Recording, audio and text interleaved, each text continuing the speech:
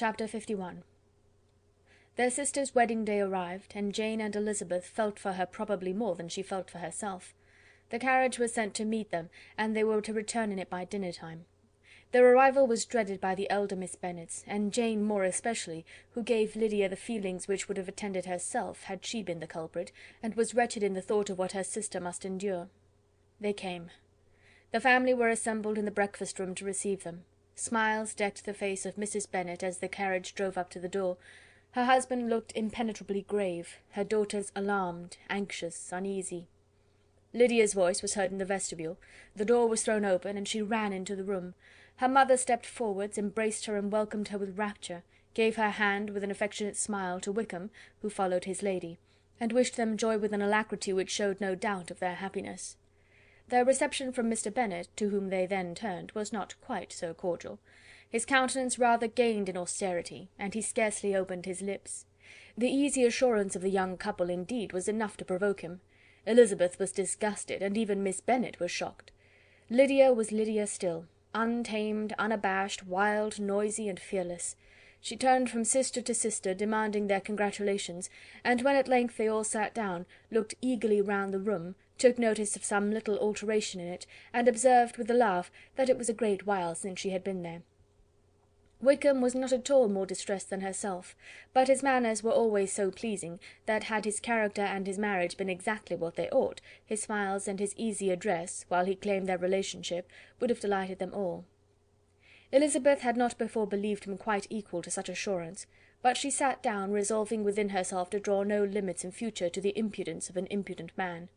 She blushed, and Jane blushed, but the cheeks of the two who caused their confusion suffered no variation of colour. There was no want of discourse. The bride and her mother could neither of them talk fast enough, and Wickham, who happened to sit near Elizabeth, began inquiring after his acquaintance in that neighbourhood, with a good-humoured ease which she felt very unable to equal in her replies. They seemed each of them to have the happiest memories in the world. Nothing of the past was recollected with pain, and Lydia led voluntarily to subjects which her sisters would not have alluded to for the world. "Only think of its being 3 months," she cried, "since I went away. It seems but a fortnight, I declare, and yet there have been things enough happened in the time. Good gracious! When I went away I am sure I had no more idea of being married till I came back again, though I thought it would be very good fun if I was." Her father lifted up his eyes. Jane was distressed. Elizabeth looked expressively at Lydia, but she, who never heard nor saw anything of which she chose to be insensible, gaily continued, "Oh, mamma! Do the people hereabouts know I am married to-day? I was afraid they might not, and we overtook William Golding in his curricle, so I was determined he should know it, and so I let down the side-glass next to him, and took off my glove and let my hand just rest upon the window-frame, so that he might see the ring, and then I bowed and smiled like anything." Elizabeth could bear it no longer. She got up and ran out of the room, and returned no more till she heard them passing through the hall to the dining-parlour. She then joined them soon enough to see Lydia, with anxious parade, walk up to her mother's right hand, and hear her say to her eldest sister, "Ah, Jane, I take your place now, and you must go lower, because I am a married woman." It was not to be supposed that time would give Lydia that embarrassment from which she had been so wholly free at first. Her ease and good spirits increased. She longed to see Mrs. Phillips, the Lucases, and all their other neighbours, and to hear herself called Mrs. Wickham by each of them, and in the meantime she went after dinner to show her ring and boast of being married to Mrs. Hill and the 2 housemaids. "Well, mamma," said she, when they were all returned to the breakfast-room, "and what do you think of my husband? Is not he a charming man? I am sure my sisters must all envy me. I only hope they may have half my good luck. They must all go to Brighton. That is the place to get husbands. What a pity it is, mamma, we did not all go." "Very true, and if I had my will we should. But, my dear Lydia, I don't at all like your going such a way off. Must it be so?" "Oh, Lord, yes! There is nothing in that. I shall like it of all things. You and papa and my sisters must come down and see us. We shall be at Newcastle all the winter, and I dare say there will be some balls, and I will take care to get good partners for them all." "I should like it beyond anything," said her mother. "And then when you go away you may leave 1 or 2 of my sisters behind you, and I dare say I shall get husbands for them before the winter is over." "I thank you for my share of the favour," said Elizabeth, "but I do not particularly like your way of getting husbands." Their visitors were not to remain above 10 days with them. Mr. Wickham had received his commission before he left London, and he was to join his regiment at the end of a fortnight. No one but Mrs. Bennet regretted that their stay would be so short, and she made the most of the time by visiting about with her daughter, and having very frequent parties at home. These parties were acceptable to all. To avoid a family circle was even more desirable to such as did think than such as did not. Wickham's affection for Lydia was just what Elizabeth had expected to find it, not equal to Lydia's for him.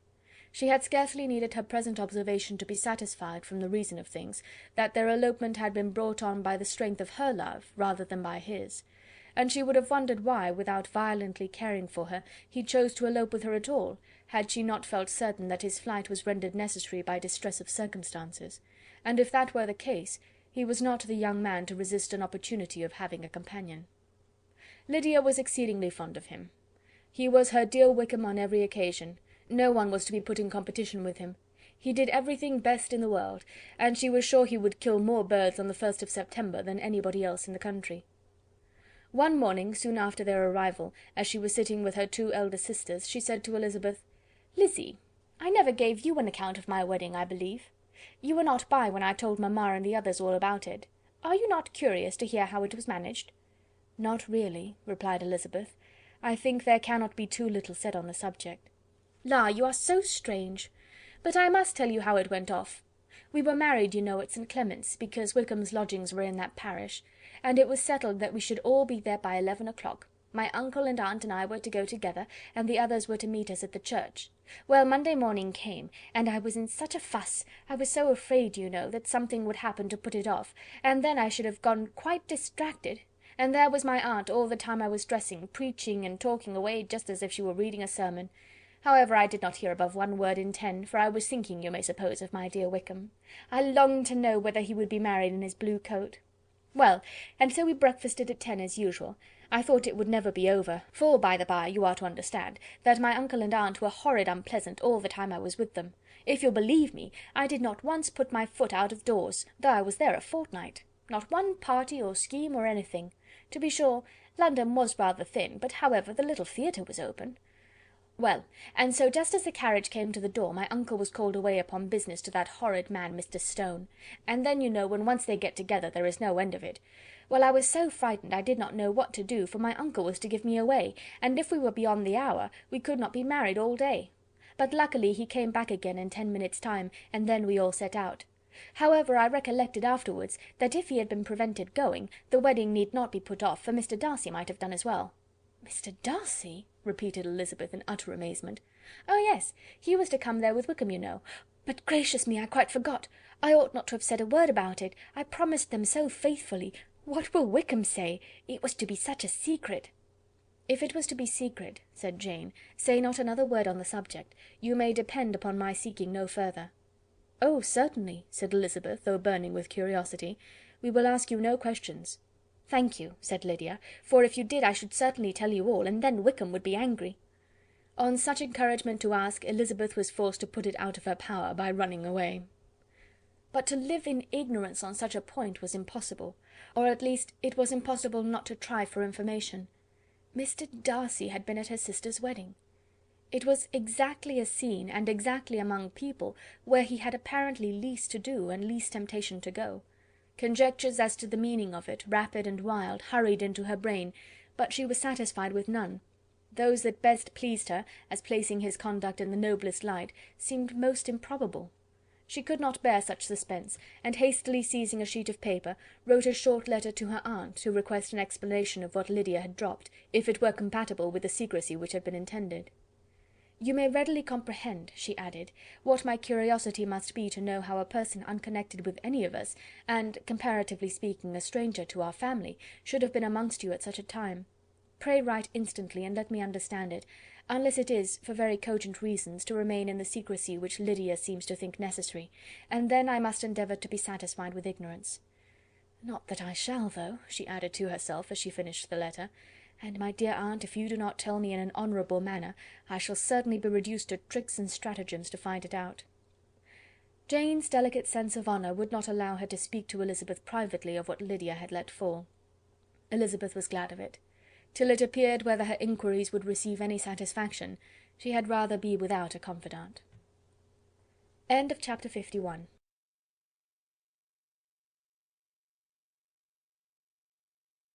Chapter 52. Elizabeth had the satisfaction of receiving an answer to her letter as soon as she possibly could. She was no sooner in possession of it than, hurrying into the little copse where she was least likely to be interrupted, she sat down on one of the benches and prepared to be happy, for the length of the letter convinced her that it did not contain a denial. Gracechurch Street, September 6th. My dear niece, I have just received your letter, and shall devote this whole morning to answering it, as I foresee that a little writing will not comprise what I have to tell you. I must confess myself surprised by your application. I did not expect it from you.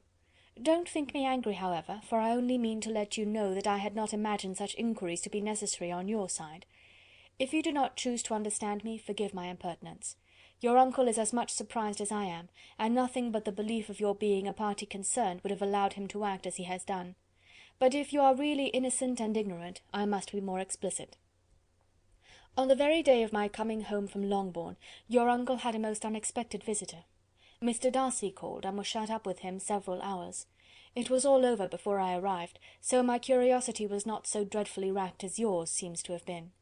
He came to tell Mr. Gardiner that he had found out where your sister and Mr. Wickham were, and that he had seen and talked with them both, Wickham repeatedly, Lydia once. From what I can collect, he left Derbyshire only one day after ourselves, and came to town with the resolution of hunting for them. The motive professed was his conviction of its being owing to himself that Wickham's worthlessness had not been so well known as to make it impossible for any young woman of character to love or confide in him. He generously imputed the whole of his mistaken pride, and confessed that he had before thought it beneath him to lay his private actions open to the world. His character was to speak for itself. He called it therefore his duty to step forward and endeavour to remedy an evil which had been brought on by himself. If he had another motive, I am sure it would never disgrace him. He had been some days in town before he was able to discover them, but he had something to direct his search, which was more than we had, and the consciousness of this was another reason for his resolving to follow us. There is a lady, it seems, a Mrs. Young, who was some time ago governess to Miss Darcy, and was dismissed from her charge on some cause of disapprobation, though he did not say what. She then took a large house in Edward Street, and has since maintained herself by letting lodgings. This Mrs. Young was, he knew, intimately acquainted with Wickham, and he went to her for intelligence of him as soon as he got to town. But it was 2 or 3 days before he could get from her what he wanted. She would not betray her trust, I suppose, without bribery and corruption, for she really did know where her friend was to be found. Wickham indeed had gone to her on their first arrival in London, and had she been able to receive them into her house, they would have taken up their abode with her. At length, however, our kind friend procured the wished-for direction. They were in Street. He saw Wickham, and afterwards insisted on seeing Lydia. His first object with her, he acknowledged, had been to persuade her to quit her present disgraceful situation, and return to her friends as soon as they could be prevailed on to receive her, offering his assistance as far as it would go. But he found Lydia absolutely resolved on remaining where she was. She cared for none of her friends, she wanted no help of his, she would not hear of leaving Wickham. She was sure they should be married some time or other, and it did not much signify when.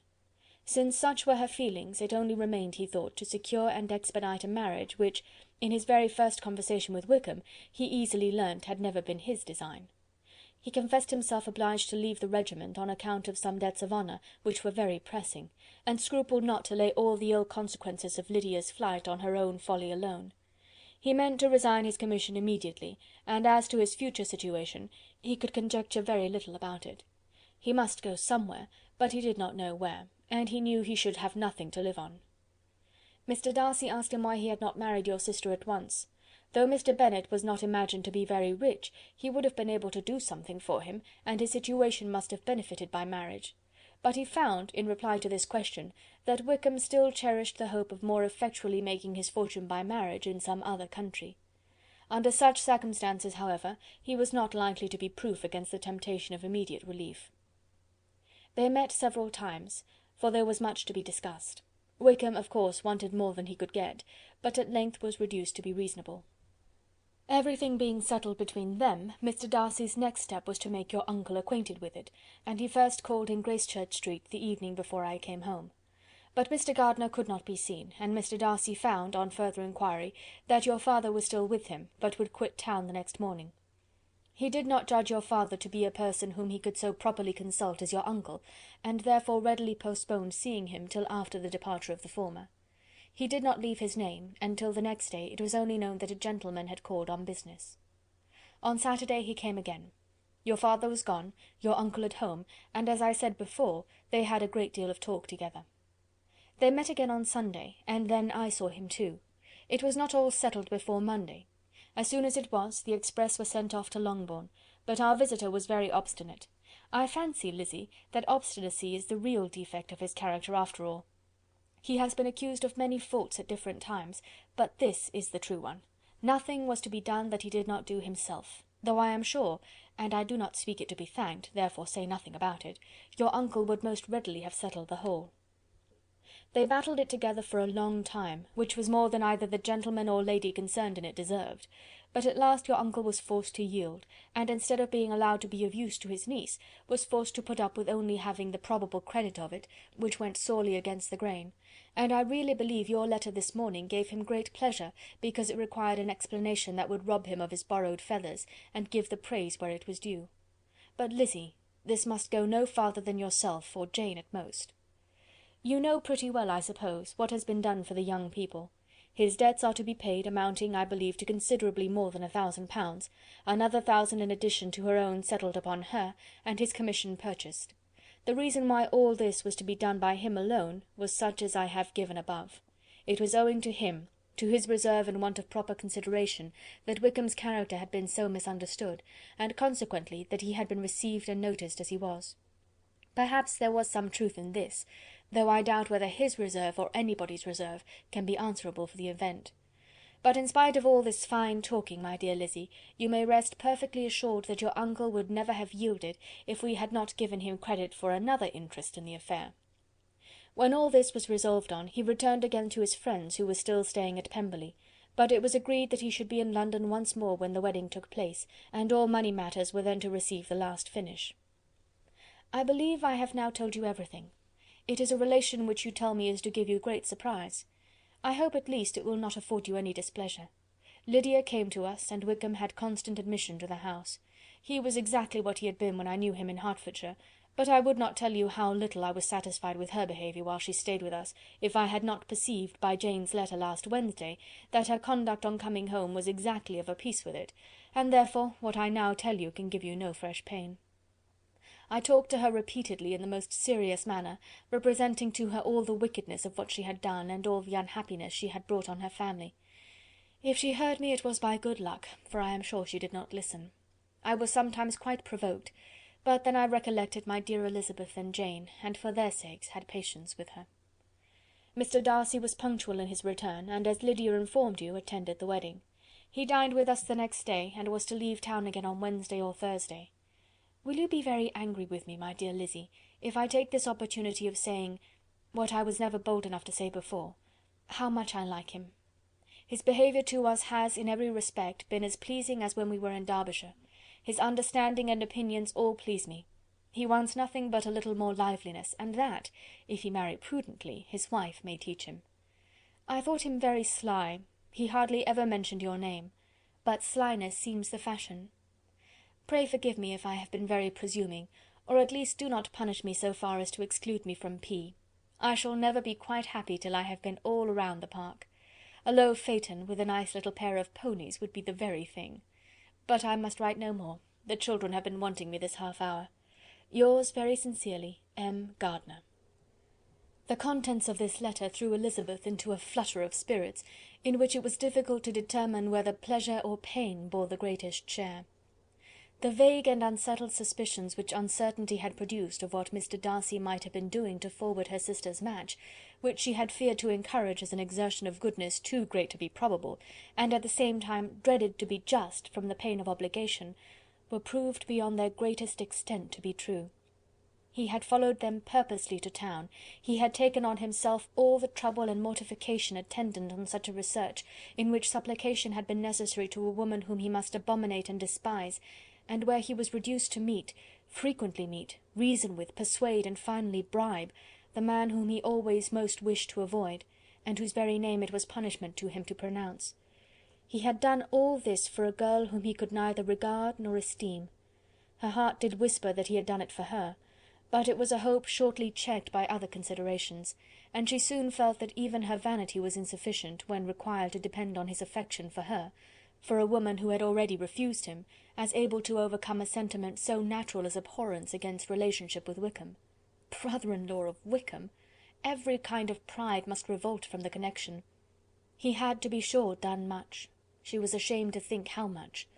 But he had given a reason for his interference, which asked no extraordinary stretch of belief. It was reasonable that he should feel he had been wrong. He had liberality, and he had the means of exercising it, and though she would not place herself as his principal inducement, she could perhaps believe that remaining partiality for her might assist his endeavours in a cause where her peace of mind must be materially concerned. It was painful, exceedingly painful, to know that they were under obligations to a person who could never receive a return. They owed the restoration of Lydia, her character, everything, to him. Oh, how heartily did she grieve over every ungracious sensation she had ever encouraged, every saucy speech she had ever directed towards him. For herself she was humbled, but she was proud of him, proud that, in a cause of compassion and honour, he had been able to get the better of himself. She read over her aunt's commendation of him again and again. It was hardly enough, but it pleased her. She was even sensible of some pleasure, though mixed with regret, on finding how steadfastly both she and her uncle had been persuaded that affection and confidence subsisted between Mr. Darcy and herself. She was roused from her seat and her reflections by someone's approach, and before she could strike into another path, she was overtaken by Wickham. "I am afraid I interrupt your solitary ramble, my dear sister," said he as he joined her. "You certainly do," she replied with a smile, "but it does not follow that the interruption must be unwelcome." "I should be sorry indeed if it were. We were always good friends, and now we are better." "True. Are the others coming out?" "I do not know. Mrs. Bennet and Lydia are going in the carriage to Meryton. And so, my dear sister, I find from our uncle and aunt that you have actually seen Pemberley." She replied in the affirmative. "I almost envy you the pleasure, and yet I believe it would be too much for me, or else I could take it in my way to Newcastle." "And you saw the old housekeeper, I suppose?" "Poor Reynolds, she was always very fond of me, but of course she did not mention my name to you." "Yes, she did." "And what did she say?" "That you were gone into the army, and she was afraid had not turned out well. At such a distance as that, you know, things are strangely misrepresented." "Certainly," he replied, biting his lips. Elizabeth hoped she had silenced him, but he soon afterwards said, "I was surprised to see Darcy in town last month. We passed each other several times. I wonder what he can be doing there." "Perhaps preparing for his marriage with Miss de Bourgh," said Elizabeth. "It must be something particular to take him there at this time of year." "Undoubtedly. Did you see him while you were at Lambton? I thought I understood from the gardeners that you had." "Yes. He introduced us to his sister." "And you like her?" "Very much." "I have heard, indeed, that she is uncommonly improved within this year or two. When I last saw her she was not very promising. I am very glad you liked her. I hope she will turn out well." "I dare say she will. She has got over the most trying age." "Did you go by the village of Kympton?" "I do not recollect that we did. I mention it because it is the living which I ought to have had. A most delightful place. Excellent parsonage house. It would have suited me in every respect." "How should you have liked making sermons?" "Exceedingly well. I should have considered it as part of my duty, and the exertion would soon have been nothing. One ought not to repine, but to be sure it would have been such a thing for me. The quiet, the retirement of such a life would have answered all my ideas of happiness, but it was not to be. Did you ever hear Darcy mention the circumstance when you were in Kent?" "I have heard from authority, which I thought as good, that it was left you conditionally only, and at the will of the present patron." "You have?" "Yes, there was something in that. I told you so from the first, you may remember. I did hear, too, that there was a time when sermon-making was not so palatable to you as it seems to be at present, that you actually declared your resolution of never taking orders, and that the business had been compromised accordingly." "You did? And it was not wholly without foundation? You may remember what I told you on that point when we first talked of it." They were now almost at the door of the house, for she had walked fast to get rid of him, and unwilling for her sister's sake to provoke him, she only said in reply, with a good-humoured smile, "Come, Mr. Wickham, we are brother and sister, you know. Do not let us quarrel about the past. In future, I hope, we shall be always of one mind." She held out her hand. He kissed it with affectionate gallantry, though he hardly knew how to look, and they entered the house. Chapter 52. Chapter 53. Mr. Wickham was so perfectly satisfied with this conversation that he never again distressed himself, or provoked his dear sister Elizabeth by introducing the subject of it, and she was pleased to find that she had said enough to keep him quiet. The day of his and Lydia's departure soon came, and Mrs. Bennet was forced to submit to a separation which, as her husband by no means entered into her scheme of their all going to Newcastle, was likely to continue at least a twelvemonth. "Oh, my dear Lydia," she cried, "when shall we meet again?" "Oh, Lord, I don't know. Not these 2 or 3 years, perhaps." "Write to me very often, my dear." "As often as I can. But you know married women have never much time for writing. My sisters may write to me. They will have nothing else to do." Mr. Wickham's adieus were much more affectionate than his wife's. He smiled, looked handsome, and said many pretty things. "He is as fine a fellow," said Mr. Bennet, as soon as they were out of the house, "as ever I saw. He simpers and smirks and makes love to us all. I am prodigiously proud of him. I defy even Sir William Lucas himself to produce a more valuable son-in-law." The loss of her daughter made Mrs. Bennet very dull for several days. "I often think," said she, "that there is nothing so bad as parting with one's friends. One seems so forlorn without them." "This is the consequence, you see, madam, of marrying a daughter," said Elizabeth. "It must make you better satisfied that your other 4 are single." "It is no such thing. Lydia does not leave me because she is married, but only because our husband's regiment happens to be so far off. If that had been nearer, she would not have gone so soon."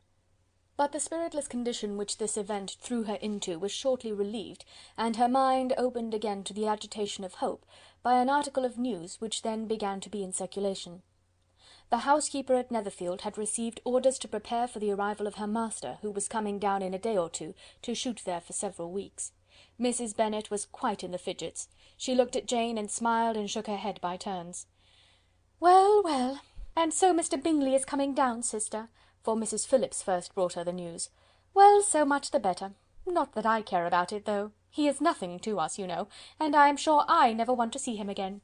But, however, he is very welcome to come to Netherfield if he likes it, and who knows what may happen? But that is nothing to us.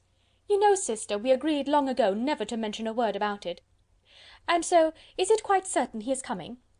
"You may depend on it," replied the other, "for Mrs. Nicholls was in Meryton last night. I saw her passing by, and went out myself on purpose to know the truth of it, and she told me that it was certain true.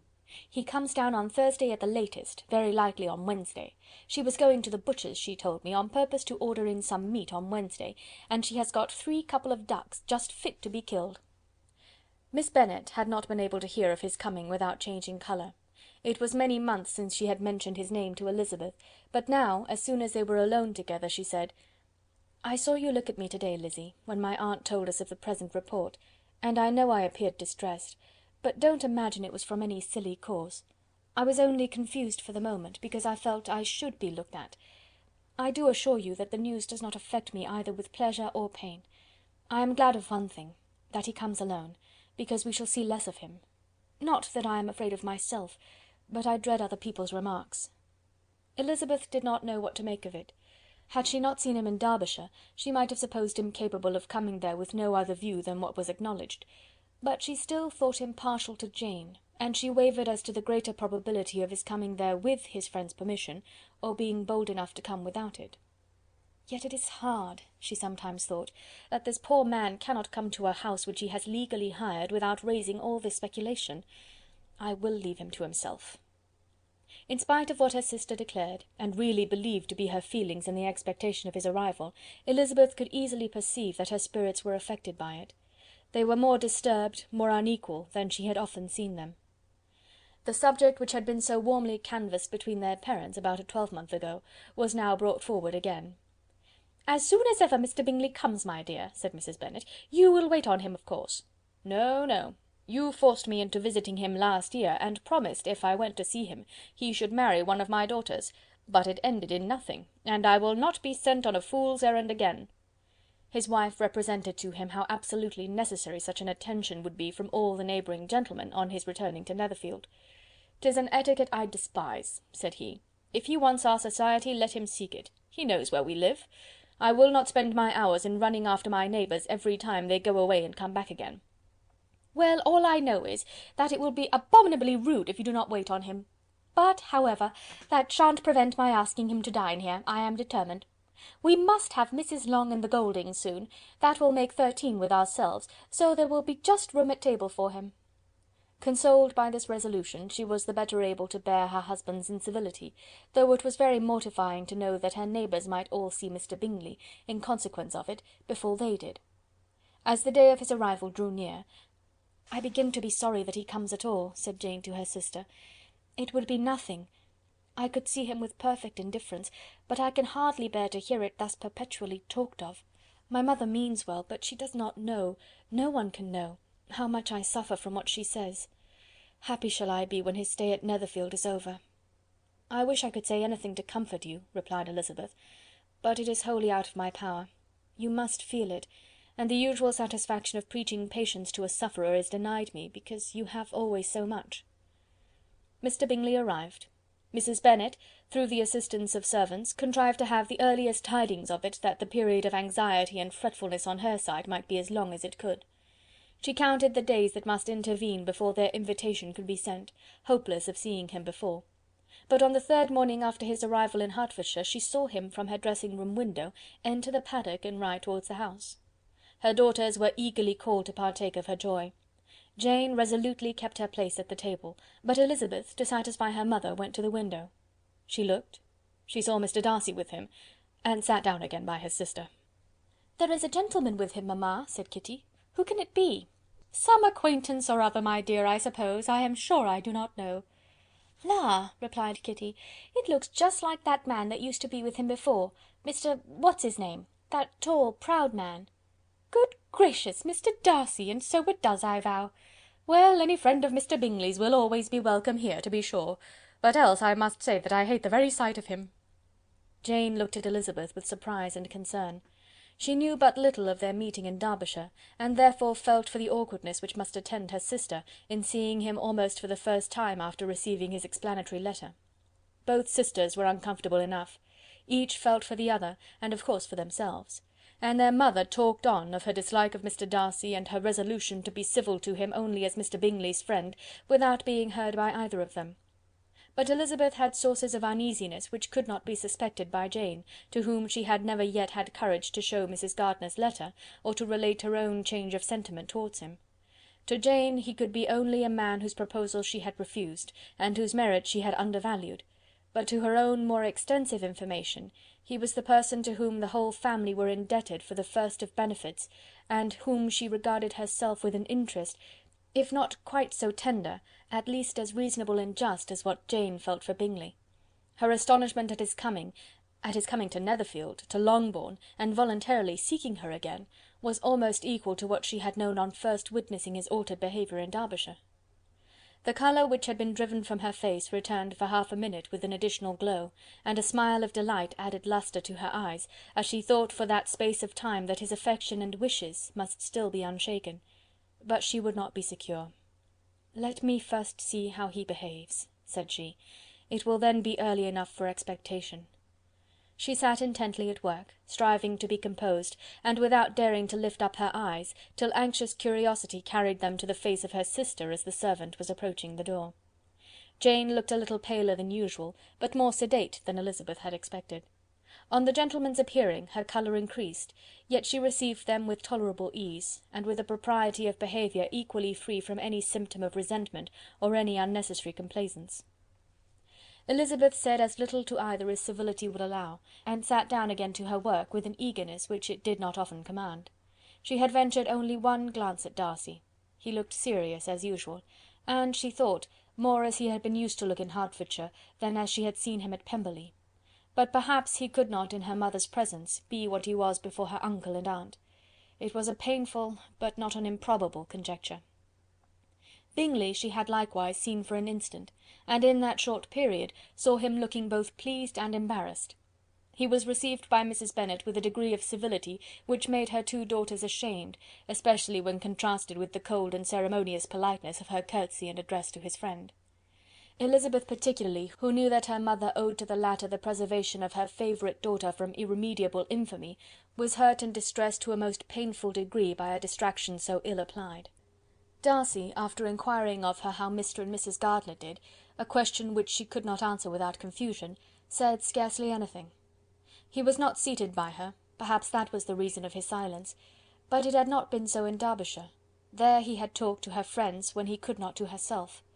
But now several minutes elapsed without bringing the sound of his voice, and when occasionally, unable to resist the impulse of curiosity, she raised her eyes to his face, she as often found him looking at Jane as at herself, and frequently on no object but the ground.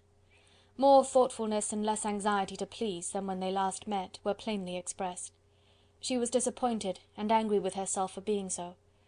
"Could I expect it to be otherwise?" said she. "Yet why did he come?" She was in no humour for conversation with any one but himself, and to him she had hardly courage to speak. She inquired after his sister, but could do no more. "It is a long time, Mr. Bingley, since you went away," said Mrs. Bennet. He readily agreed to it. "I began to be afraid you would never come back. People did say you meant to quit the place entirely at Michaelmas, but, however, I hope it is not true. A great many changes have happened in the neighbourhood since you went away. Miss Lucas is married and settled, and one of my own daughters. I suppose you have heard of it. Indeed, you must have seen it in the papers. It was in the Times and the Courier, I know, though it was not put in as it ought to be. It was only said, 'Lately George Wickham, Esquire, to Miss Lydia Bennet,' without there being a syllable said of her father or the place where she lived, or anything. It was my brother Gardiner's drawing up too, and I wonder how he came to make such an awkward business of it. Did you see it?" Bingley replied that he did, and made his congratulations. Elizabeth dared not lift up her eyes. How Mr. Darcy looked, therefore, she could not tell. "It is a delightful thing, to be sure, to have a daughter well married," continued her mother, "but at the same time, Mr. Bingley, it is very hard to have her taken such away from me. They are gone down to Newcastle, a place quite northward it seems, and there they are to stay I do not know how long. His regiment is there, for I suppose you have heard of his leaving the shire, and of his being gone into the regulars. Thank heaven he has some friends, though perhaps not so many as he deserves." Elizabeth, who knew this to be levelled at Mr. Darcy, was in such a misery of shame that she could hardly keep her seat. It drew from her, however, the exertion of speaking, which nothing else had so effectually done before, and she asked Bingley whether he meant to make any stay in the country at present. A few weeks, he believed. "When you have killed all your own birds, Mr. Bingley," said her mother, "I beg you will come here and shoot as many as you please on Mr. Bennet's manor. I am sure he will be vastly happy to oblige you, and will save all the best of the coveys for you." Elizabeth's misery increased, at such unnecessary, such officious attention. Were the same fair prospect to arise at present as had flattered them a year ago, everything, she was persuaded, would be hastening to the same vexatious conclusion. At that instant she felt that years of happiness could not make Jane or herself amends for moments of such painful confusion. "The first wish of my heart," said she to herself, "is never more to be in company with either of them. Their society can afford no pleasure that will atone for such wretchedness as this. Let me never see either one or the other again." Yet the misery for which years of happiness were to offer no compensation, received soon afterwards material relief from observing how much the beauty of her sister rekindled the admiration of her former lover. When first he came in, he had spoken to her but little, but every 5 minutes seemed to be giving her more of his attention. He found her as handsome as she had been last year, as good-natured and as unaffected, though not quite so chatty. Jane was anxious that no difference should be perceived in her at all, and was really persuaded that she talked as much as ever; but her mind was so busily engaged that she did not always know when she was silent.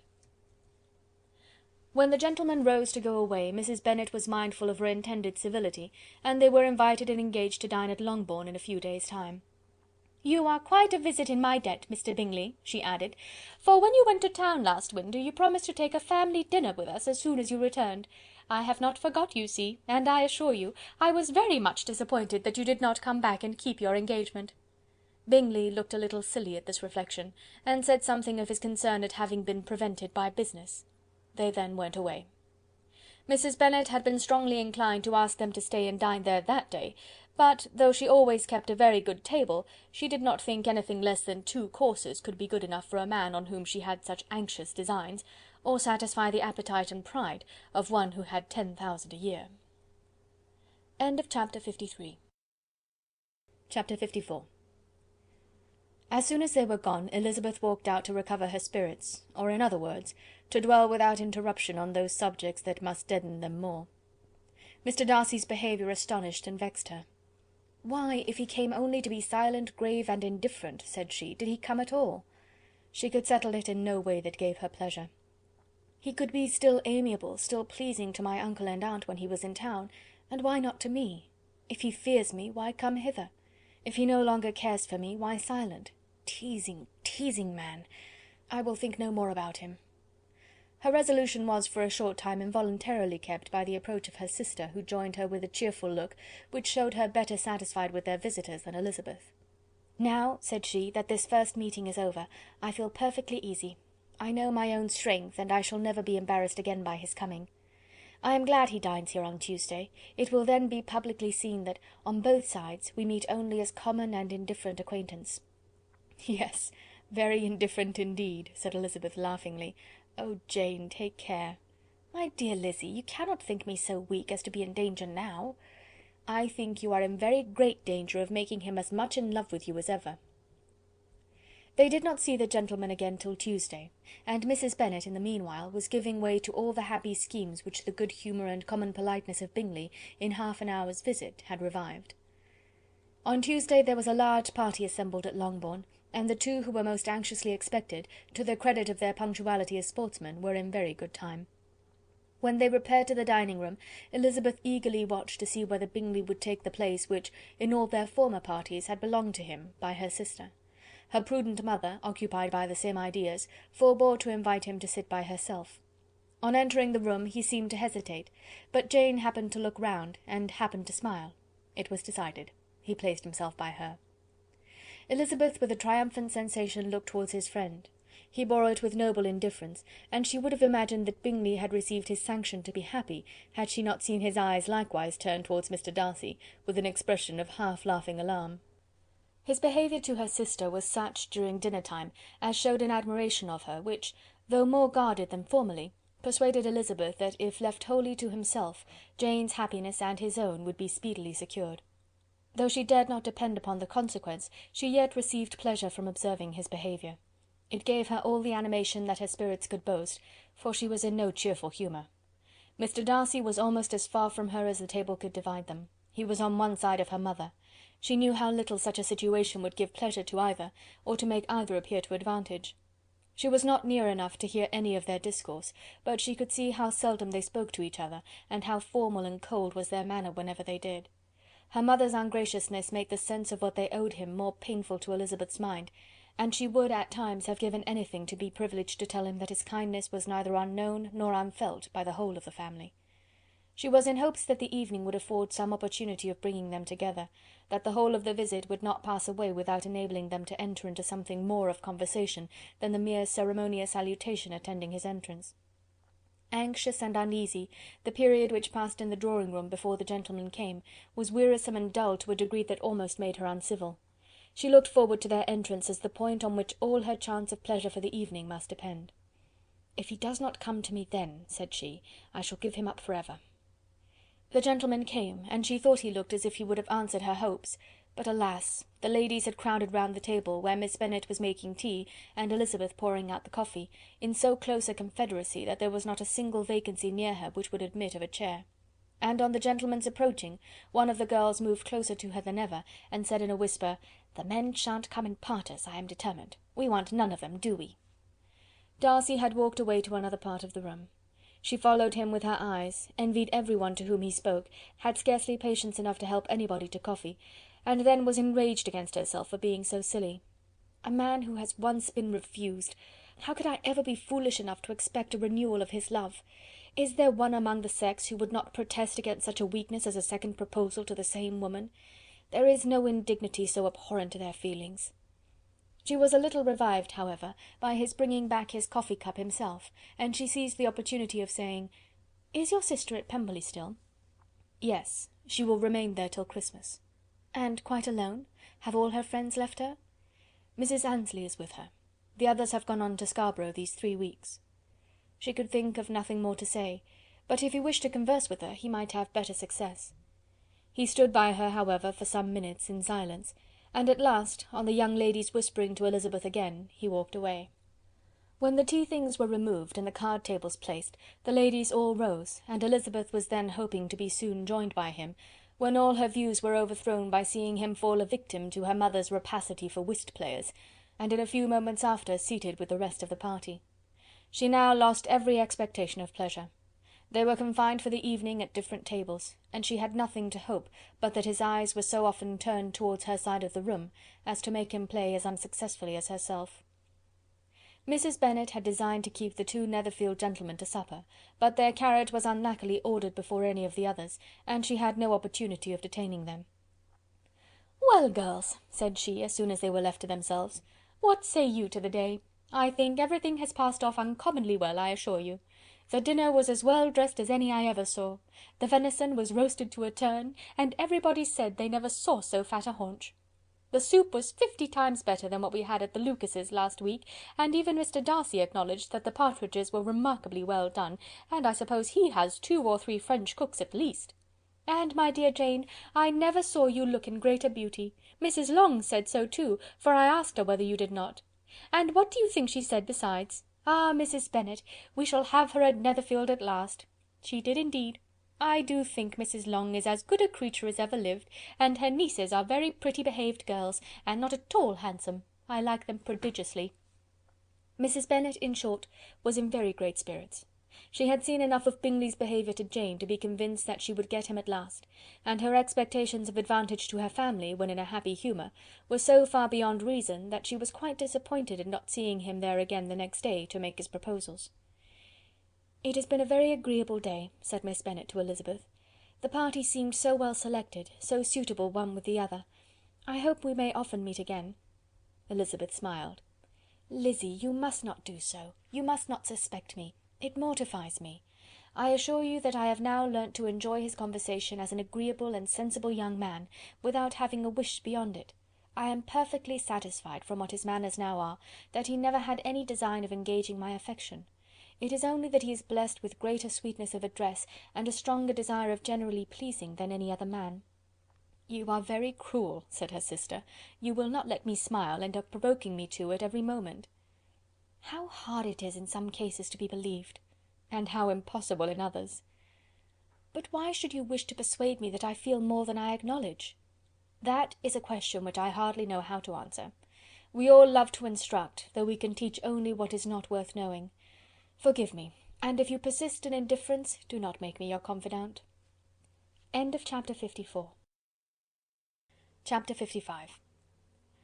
A few days after this visit Mr. Bingley called again, and alone. His friend had left him that morning for London, but was to return home in 10 days' time. He sat with them above an hour, and was in remarkably good spirits. Mrs. Bennet invited him to dine with them, but, with many expressions of concern, he confessed himself engaged elsewhere.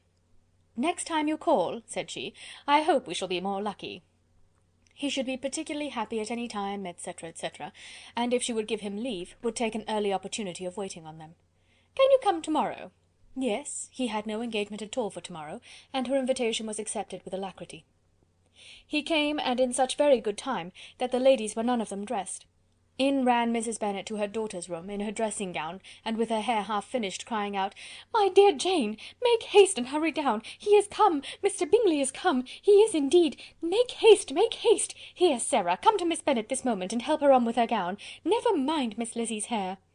"We will be down as soon as we can," said Jane, "but I dare say Kitty is forwarder than either of us, for she went upstairs half an hour ago." "Oh, hang Kitty! What has she to do with it? Come, be quick, be quick. Where is your sash, my dear?" But when her mother was gone, Jane would not be prevailed on to go down without one of her sisters. The same anxiety to get them by themselves was visible again in the evening. After tea, Mr. Bennet retired to the library, as was his custom, and Mary went upstairs to her instrument. 2 obstacles of the 5 being thus removed, Mrs. Bennet sat looking and winking at Elizabeth and Catherine for a considerable time, without making any impression on them. Elizabeth would not observe her, and when at last Kitty did, she very innocently said, "What is the matter, mamma? What do you keep winking at me for? What am I to do?" "Nothing, child, nothing. I did not wink at you." She then sat still 5 minutes longer, but unable to waste such a precious occasion, she suddenly got up, and saying to Kitty, "Come here, my love, I want to speak to you," took her out of the room. Jane instantly gave a look at Elizabeth which spoke her distress at such premeditation, and her entreaty that she would not give in to it. In a few minutes Mrs. Bennet half opened the door and called out, "Lizzy, my dear, I want to speak with you." Elizabeth was forced to go. "We may as well leave them by themselves, you know," said her mother as soon as she was in the hall. "Kitty and I are going upstairs to sit in my dressing-room." Elizabeth made no attempt to reason with her mother, but remained quietly in the hall till she and Kitty were out of sight, then returned into the drawing-room. Mrs. Bennet's schemes for this day were ineffectual. Bingley was everything that was charming, except the professed lover of her daughter. His ease and cheerfulness rendered him a most agreeable addition to their evening party, and he bore with the ill-judged officiousness of the mother, and heard all her silly remarks with a forbearance and command of countenance particularly grateful to the daughter.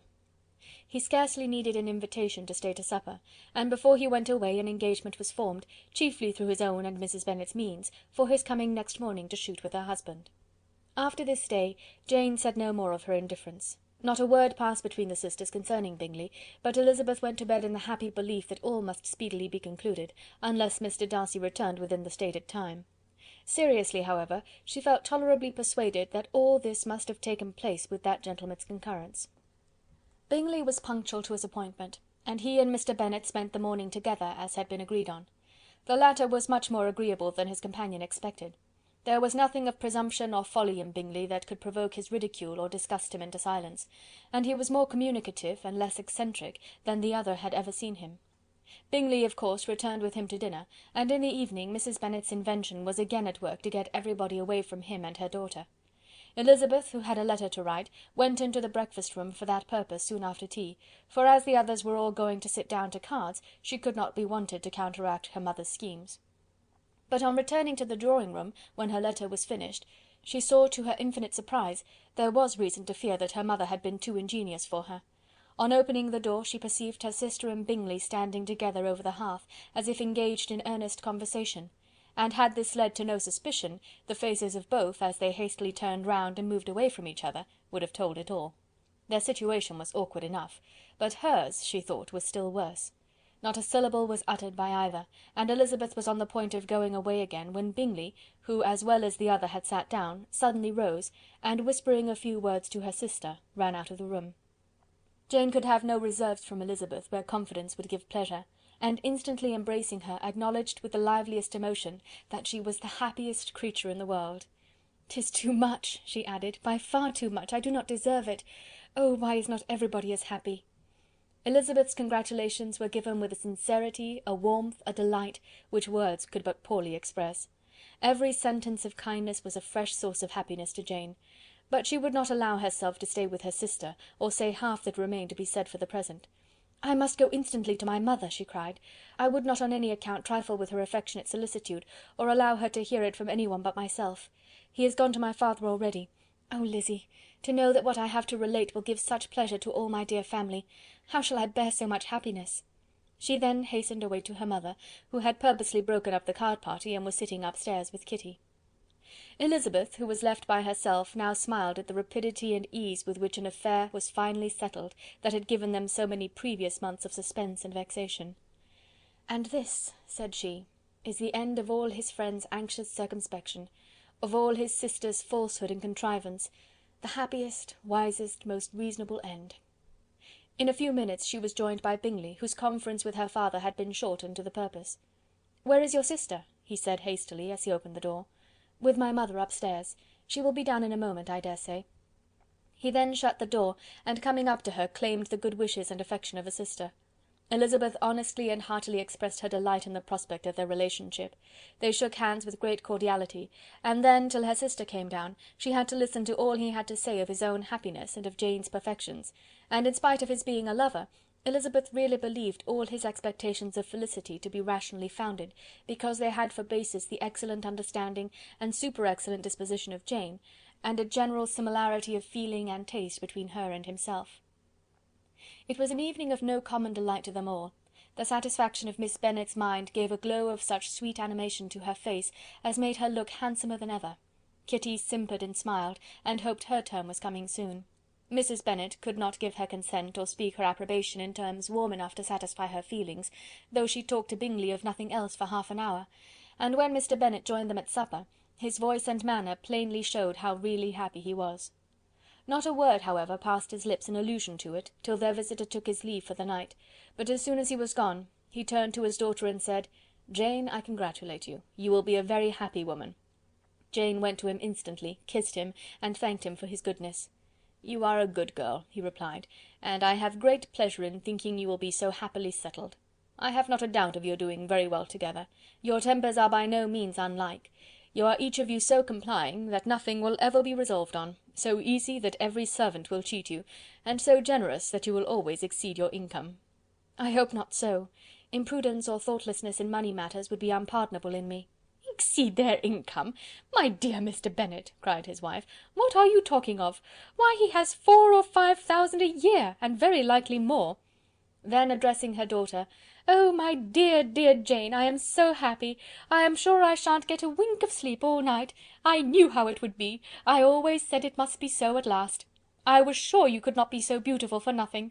I remember, as soon as ever I saw him, when he first came into Hertfordshire last year, I thought how likely it was that you should come together. Oh, he is the handsomest young man that ever was seen." Wickham, Lydia were all forgotten. Jane was beyond competition her favourite child. At that moment she cared for no other.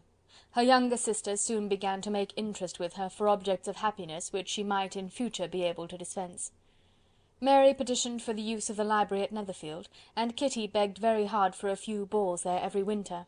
Bingley from this time was of course a daily visitor at Longbourn, coming frequently before breakfast, and always remaining till after supper, unless when some barbarous neighbour, who could not be enough detested, had given him an invitation to dinner which he thought himself obliged to accept.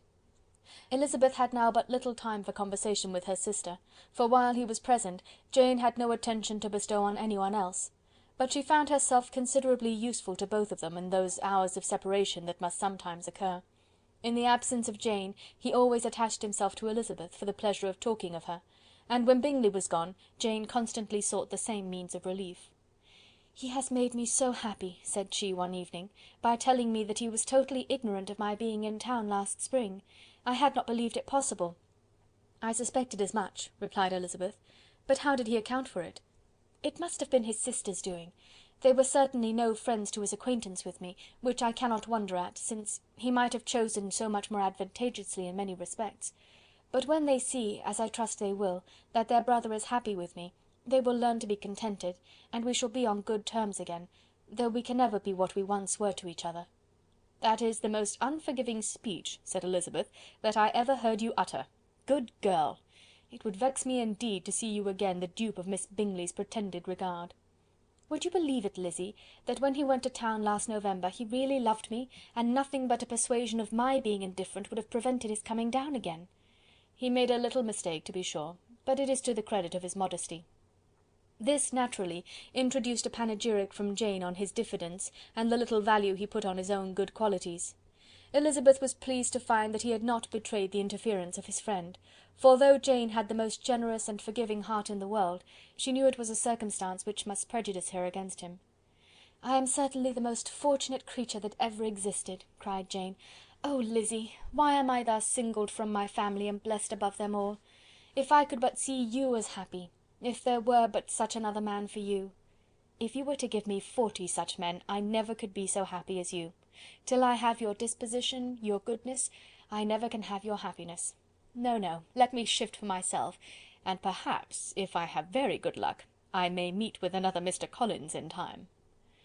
The situation of affairs in the Longbourn family could not long be a secret. Mrs. Bennet was privileged to whisper it to Mrs. Phillips, and she ventured, without any permission, to do the same by all her neighbours in Meryton.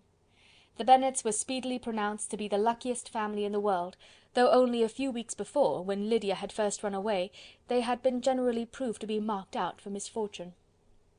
End of chapter 55. Chapter 56.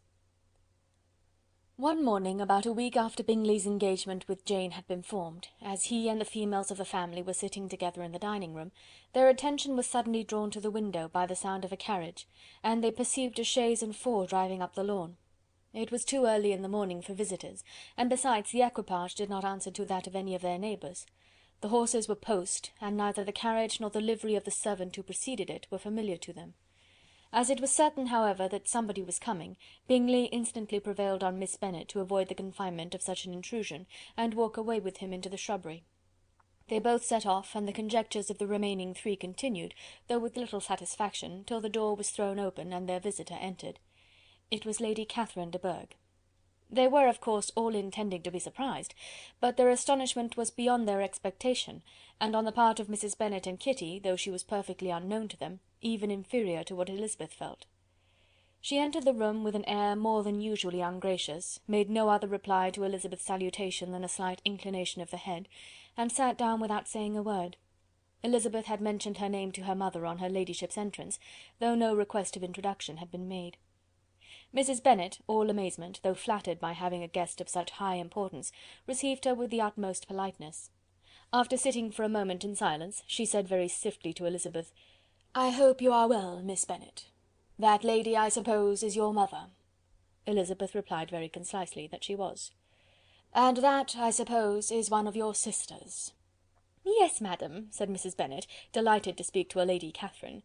"She is my youngest girl but one.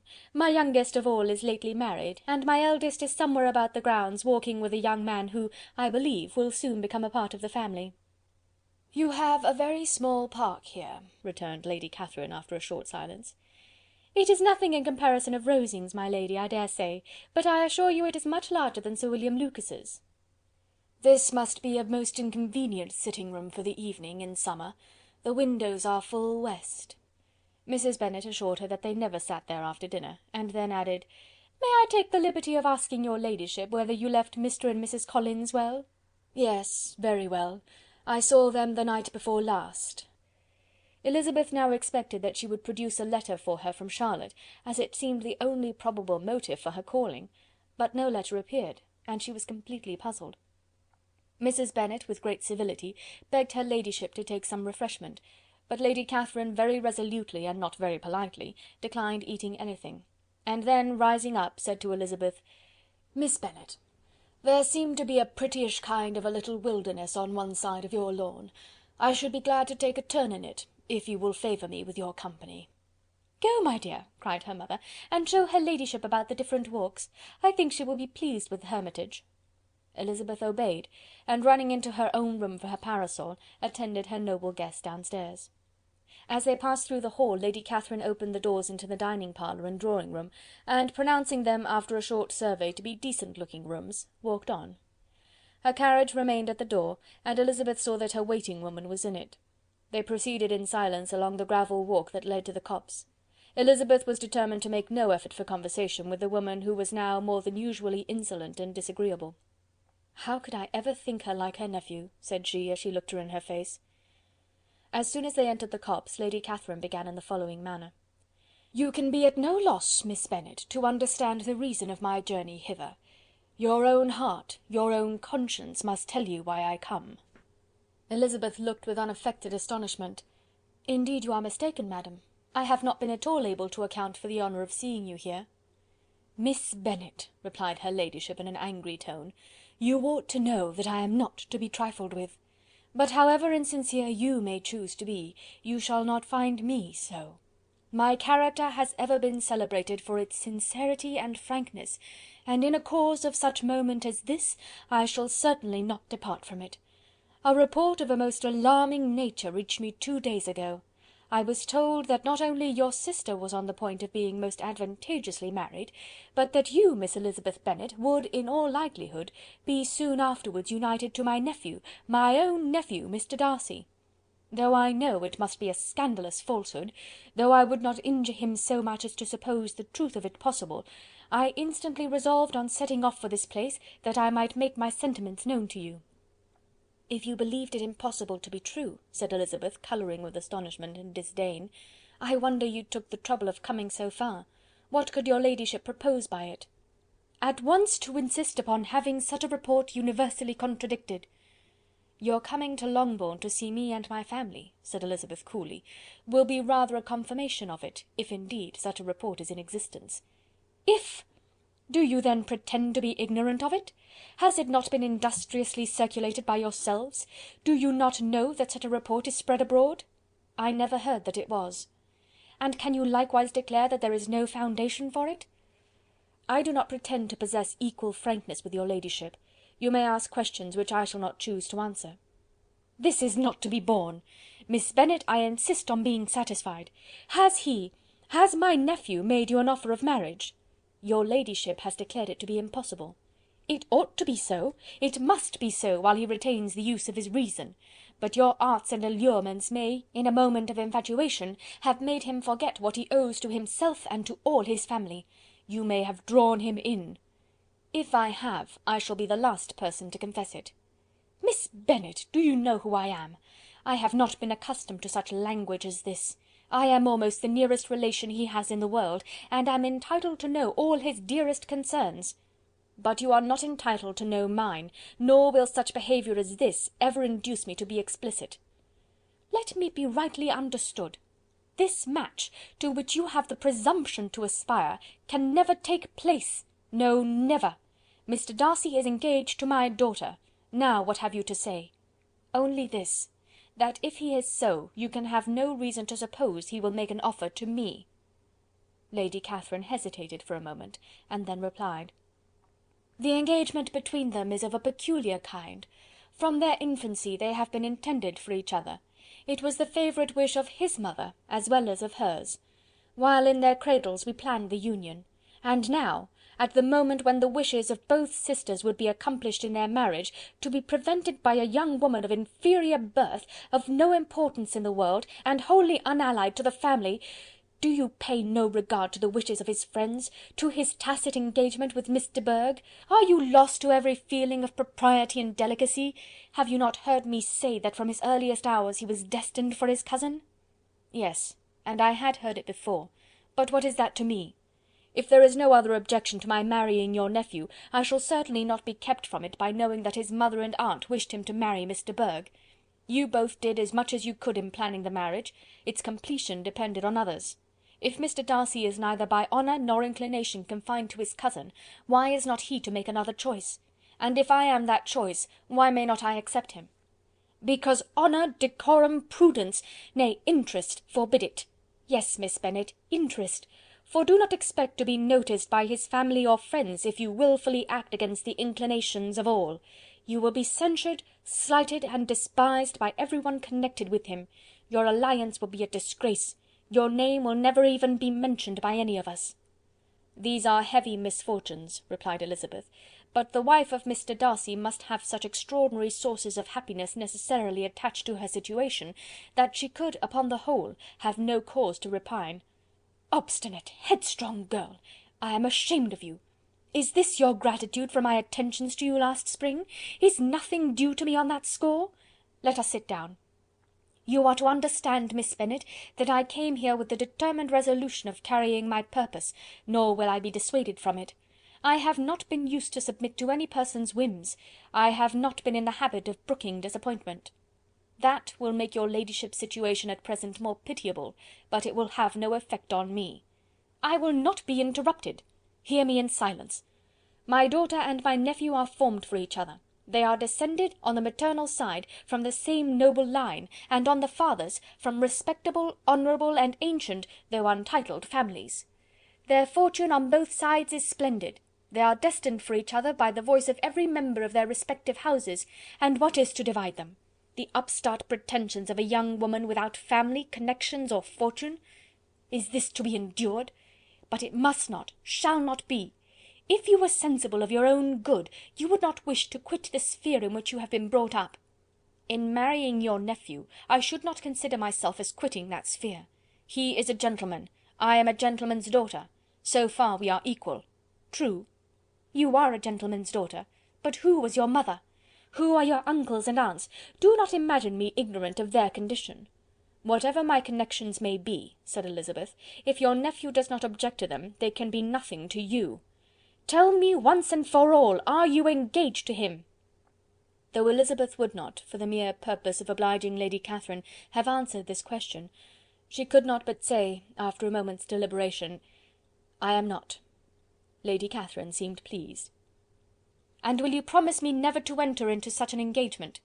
"I will make no promise of the kind." "Miss Bennet, I am shocked and astonished. I expected to find a more reasonable young woman. But do not deceive yourself into a belief that I will never recede.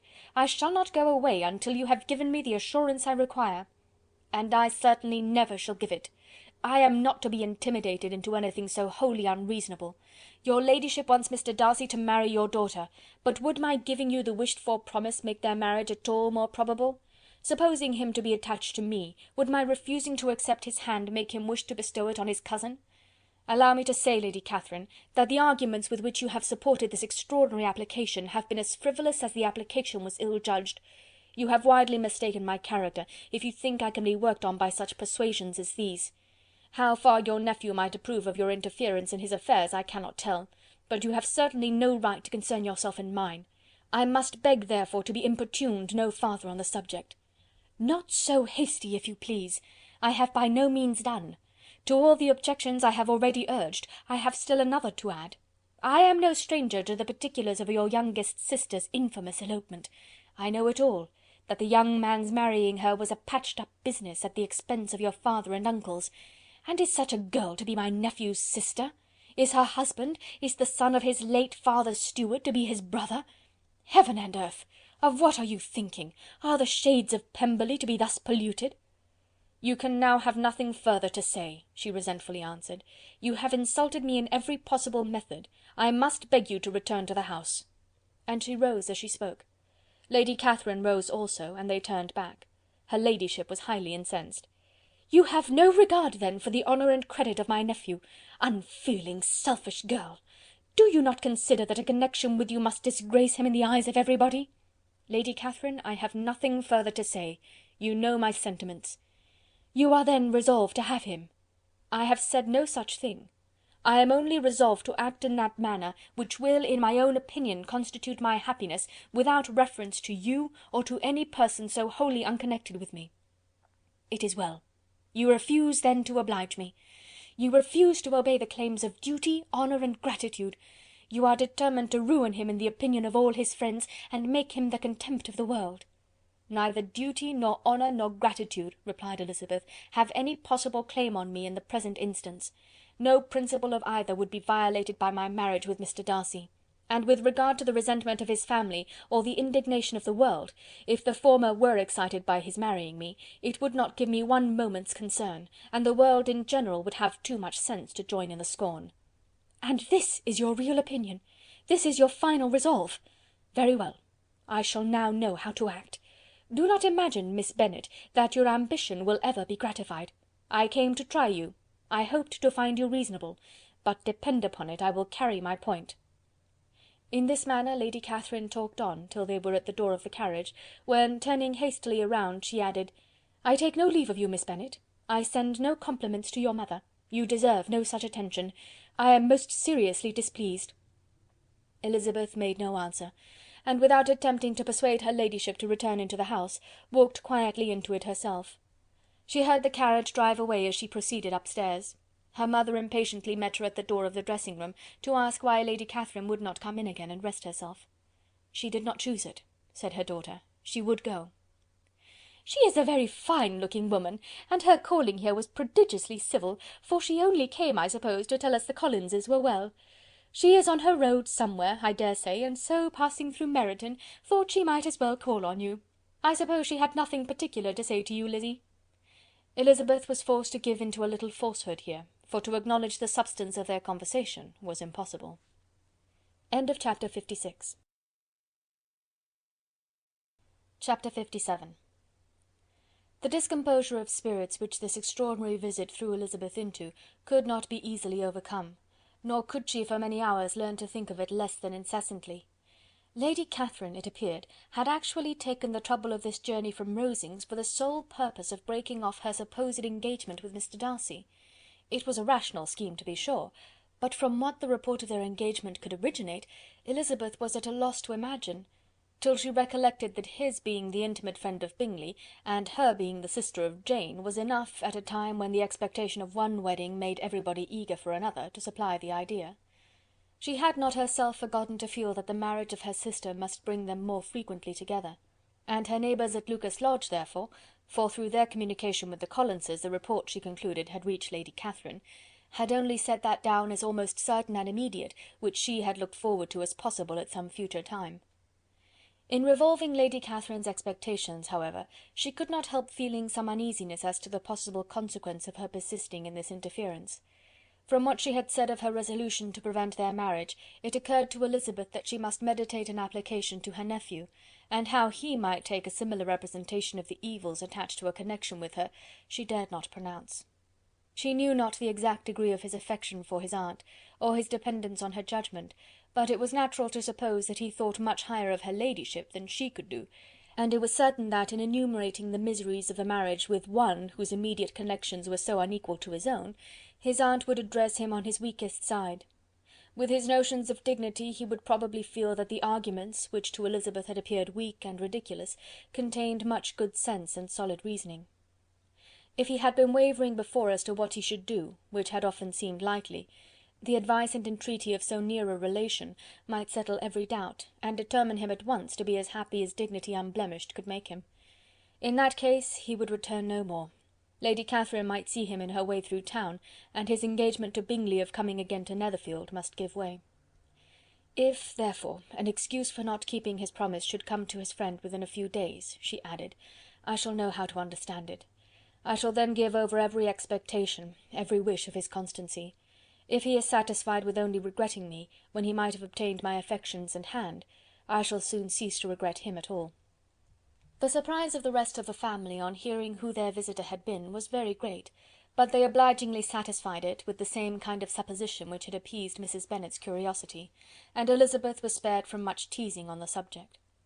The next morning, as she was going downstairs, she was met by her father, who came out of his library with the letter in his hand. "Lizzy," said he, "I was going to look for you. Come into my room." She followed him thither, and her curiosity to know what he had to tell her was heightened by the supposition of its being in some manner connected with the letter he held. It suddenly struck her that it might be from Lady Catherine, and she anticipated with dismay all the consequent explanations. She followed her father to the fireplace, and they both sat down. He then said, "I have received a letter this morning that has astonished me exceedingly. As it principally concerns yourself, you ought to know its contents. I did not know before that I had 2 daughters on the brink of matrimony. Let me congratulate you on a very important conquest." The colour now rushed into Elizabeth's cheeks in the instantaneous conviction of its being a letter from the nephew instead of the aunt, and she was undetermined whether most to be pleased that he had explained himself at all, or offended that his letter was not rather addressed to herself, when her father continued, "You look conscious.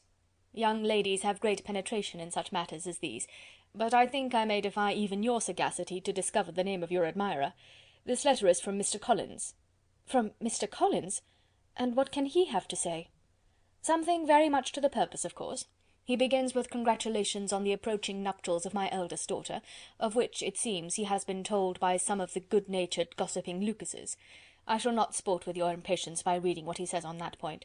What relates to yourself is as follows: "Having thus offered you the sincere congratulations of Mrs. Collins and myself on this happy event, let me now add a short hint on the subject of another, of which we have been advertised by the same authority.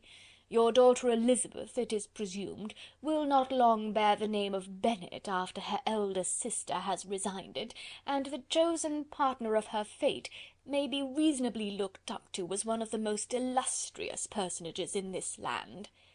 "Can you possibly guess, Lizzy, who is meant by this?" "This young gentleman is blessed in a peculiar way with everything the heart of mortal can most desire: splendid property, noble kindred, and extensive patronage. Yet in spite of all these temptations, let me warn my cousin Elizabeth, and yourself, of what evils you may incur by a precipitate closure with this gentleman's proposals, which, of course, you will be inclined to take immediate advantage of." "Have you any idea, Lizzy, who this gentleman is? But now it comes out." "My motive for cautioning you is as follows. We have reason to imagine that his aunt, Lady Catherine de Bourgh, does not look on the match with a friendly eye. Mr. Darcy, you see, is the man. Now, Lizzy, I think I have surprised you. Could he or the Lucases have pitched on any man within the circle of our acquaintance, whose name would have given the lie more effectually to what they related? Mr. Darcy, who never looks at any woman but to see a blemish, and who probably never looked at you in his life. It is admirable." Elizabeth tried to join in her father's pleasantry, but could only force one most reluctant smile. Never had his wit been directed in a manner so little agreeable to her. "Are you not diverted?" "Oh, yes! Pray read on." "After mentioning the likelihood of this marriage to her ladyship last night, she immediately, with her usual condescension, expressed what she felt on the occasion. When it became apparent that on the score of some family objections on the part of my cousin, she would never give her consent to what she termed so disgraceful a match, I thought it my duty to give the speediest intelligence of this to my cousin, that she and her noble admirer may be aware of what they are about, and not run hastily into a marriage which has not been properly sanctioned." Mr. Collins moreover adds, "I am truly rejoiced that my cousin Lydia's sad business has been so well hushed up, and am only concerned that their living together before the marriage took place should be so generally known. I must not, however, neglect the duties of my station, nor refrain from declaring my amazement at hearing that you received the young couple into your house as soon as they were married. It was an encouragement of vice, and had I been the rector of Longbourn, I should very strenuously have opposed it. You ought certainly to forgive them as a Christian, but never to admit them in your sight, or allow their names to be mentioned in your hearing." That is his notion of Christian forgiveness. The rest of his letter is only about his dear Charlotte's situation, and his expectation of a young olive branch. But, Lizzy, you look as if you did not enjoy it. You are not going to be missish, I hope, and pretend to be affronted at an idle report. For what do we live but to make sport for our neighbours, and laugh at them in our turn?" "Oh!" cried Elizabeth, "I am excessively diverted, but it is so strange." "Yes, that is what makes it amusing. Had they fixed on any other man it would have been nothing, but his perfect indifference and your pointed dislike make it so delightfully absurd. Much as I abominate writing, I would not give up Mr. Collins's correspondence for any consideration. Nay, when I read a letter of his, I cannot help giving him the preference even over Wickham, much as I value the impudence and hypocrisy of my son-in-law. And pray, Lizzy, what said Lady Catherine about this report? Did she call to refuse her consent?" To this question his daughter replied only with a laugh, and as it had been asked without the least suspicion, she was not distressed by his repeating it. Elizabeth had never been more at a loss to make her feelings appear what they were not. It was necessary to laugh when she would rather have cried. Her father had most cruelly mortified her by what he said of Mr. Darcy's indifference, and she could do nothing but wonder at such a want of penetration, or fear that perhaps, instead of his seeing too little, she might have fancied too much. End of chapter 57. Chapter 58. Instead of receiving any such letter of excuse from his friend as Elizabeth half expected Mr. Bingley to do, he was able to bring Darcy with him to Longbourn before many days had passed after Lady Catherine's visit. The gentlemen arrived early, and before Mrs. Bennet had time to tell him of their having seen his aunt, of which her daughter sat in momentary dread, Bingley, who wanted to be alone with Jane, proposed their all walking out. It was agreed to. Mrs. Bennet was not in the habit of walking, Mary could never spare time, but the remaining 5 set off together. Bingley and Jane, however, soon allowed the others to outstrip them, while Elizabeth, Kitty, and Darcy were to entertain each other. Very little was said by either. Kitty was too much afraid of him to talk, Elizabeth was secretly forming a desperate resolution, and perhaps he might be doing the same. They walked towards the Lucases, because Kitty wished to call upon Maria, and as Elizabeth saw no occasion for making it a general concern, when Kitty left them she went boldly on with him alone. Now was the moment for her resolution to be executed, and while her courage was high, she immediately said, "Mr. Darcy, I am a very selfish creature, and for the sake of giving relief to my own feelings, care not how much I may be wounding yours. I can no longer help thanking you for your unexampled kindness to my poor sister. Ever since I have known it, I have been most anxious to acknowledge to you how gratefully I feel it. Were it known to the rest of my family, I should not have merely my own gratitude to express." "I am sorry, exceedingly sorry," replied Darcy in a tone of surprise and emotion, "that you have ever been informed of what may, in a mistaken light, have given you uneasiness. I did not think Mrs. Gardiner was so little to be trusted. You must not blame my aunt. Lydia's thoughtlessness first betrayed to me that you had been concerned in the matter, and of course I could not rest till I knew the particulars. Let me thank you again and again, in the name of all my family, for that generous compassion which induced you to take so much trouble and bear so many mortifications for the sake of discovering them." "If you will thank me," he replied, "let it be for yourself alone. That the wish of giving happiness to you might add force to the other inducements which led me on, I shall not attempt to deny. But your family owe me nothing. Much as I respect them, I believe I thought only of you." Elizabeth was too much embarrassed to say a word.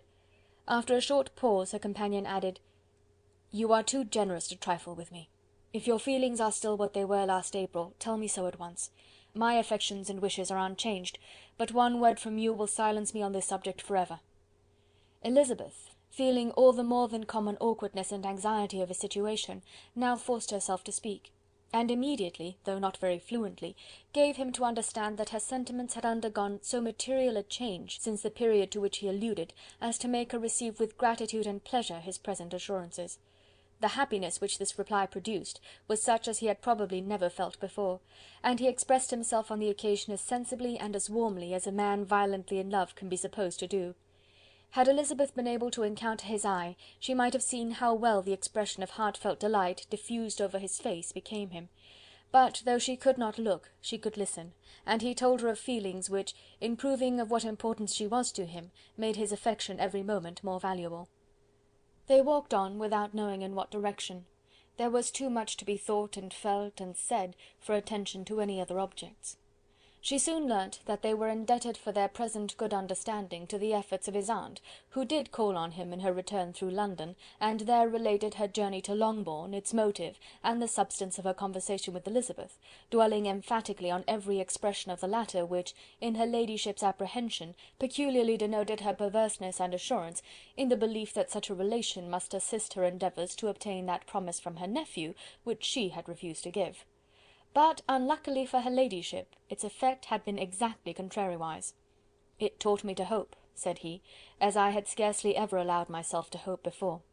I knew enough of your disposition to be certain that, had you been absolutely, irrevocably decided against me, you would have acknowledged it to Lady Catherine, frankly and openly." Elizabeth coloured and laughed as she replied, "Yes, you know enough of my frankness to believe me capable of that. After abusing you so abominably to your face, I could have no scruple in abusing you to all your relations.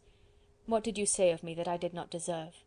For though your accusations were ill-founded, formed on mistaken premises, my behaviour to you at the time had merited the severest reproof. It was unpardonable. I cannot think of it without abhorrence." "We will not quarrel for the greater share of blame annexed to that evening," said Elizabeth. "The conduct of neither, if strictly examined, will be irreproachable. But since then we have both, I hope, improved in civility. I cannot be so easily reconciled to myself.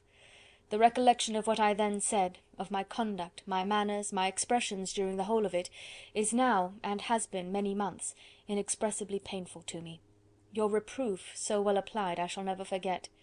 Had you behaved in a more gentlemanlike manner, those were your words.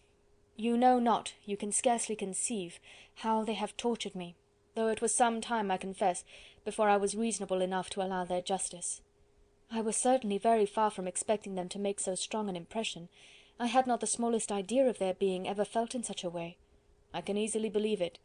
You thought me then devoid of every proper feeling, I am sure you did. The turn of your countenance I shall never forget, as you said that I could not have addressed you in any possible way that would induce you to accept me.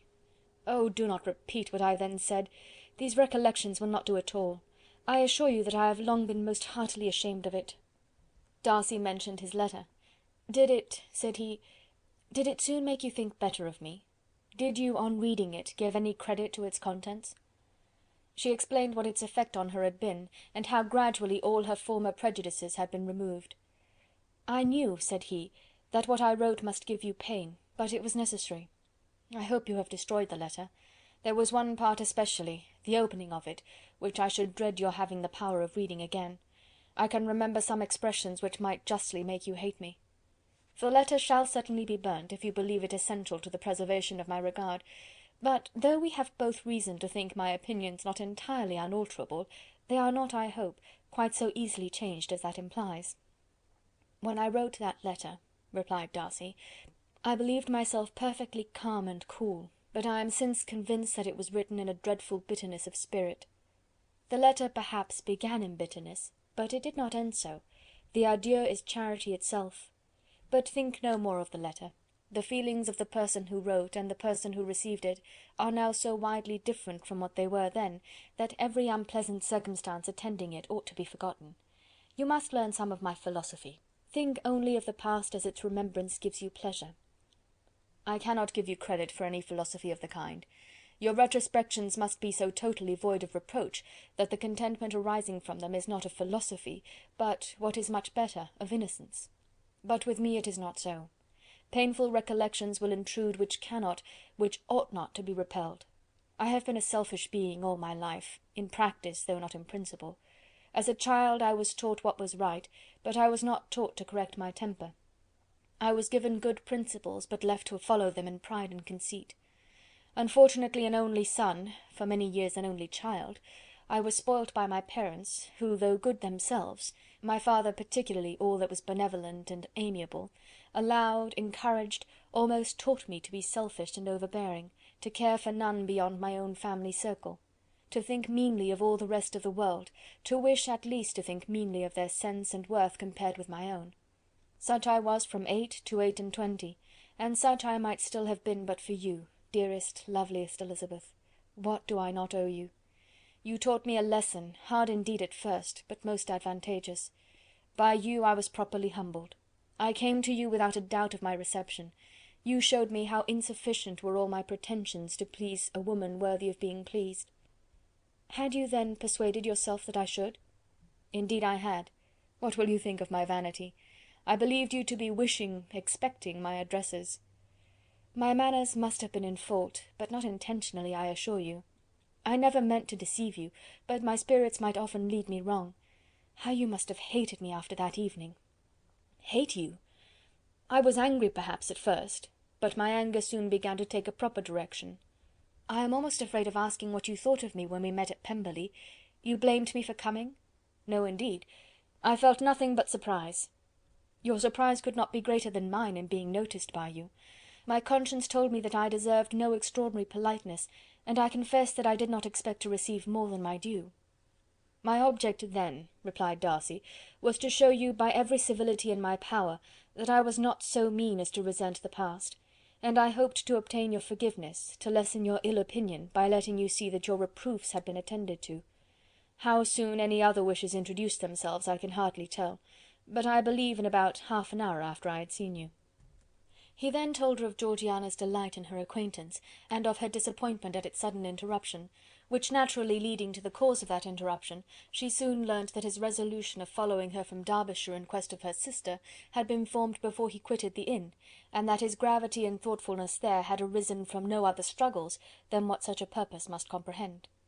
She expressed her gratitude again, but it was too painful a subject to each to be dwelt on farther. After walking several miles in a leisurely manner, and too busy to know anything about it, they found at last, on examining their watches, that it was time to be at home. What could become of Mr. Bingley and Jane, was a wonder which introduced the discussion of their affairs. Darcy was delighted with their engagement. His friend had given him the earliest information of it. "I must ask whether you were surprised," said Elizabeth. "Not at all. When I went away I felt that it would soon happen. That is to say, you had given your permission. I guessed as much." And though he exclaimed at the term, she found that it had been pretty much the case. "On the evening before my going to London," said he, "I made a confession to him, which I believe I ought to have made long ago. I told him of all that had occurred to make my former interference in his affairs absurd and impertinent. His surprise was great. He had never had the slightest suspicion.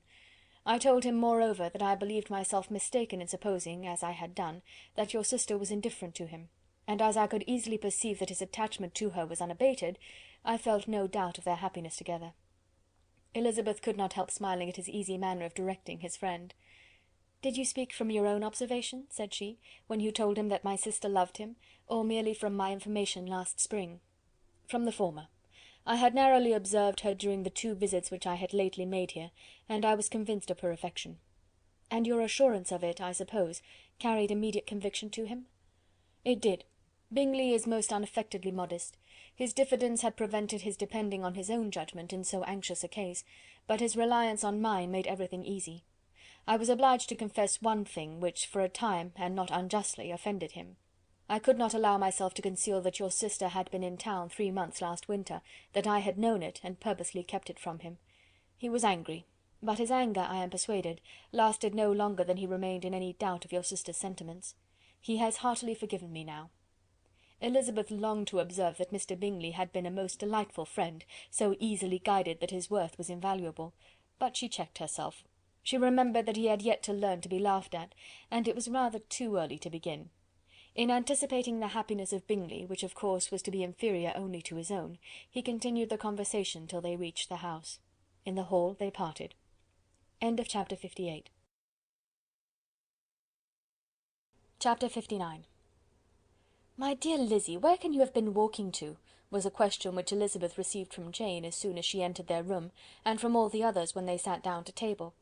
She had only to say in reply that they had wandered about till she was beyond her own knowledge. She coloured as she spoke, but neither that nor anything else awakened a suspicion of the truth. The evening passed quietly, unmarked by anything extraordinary.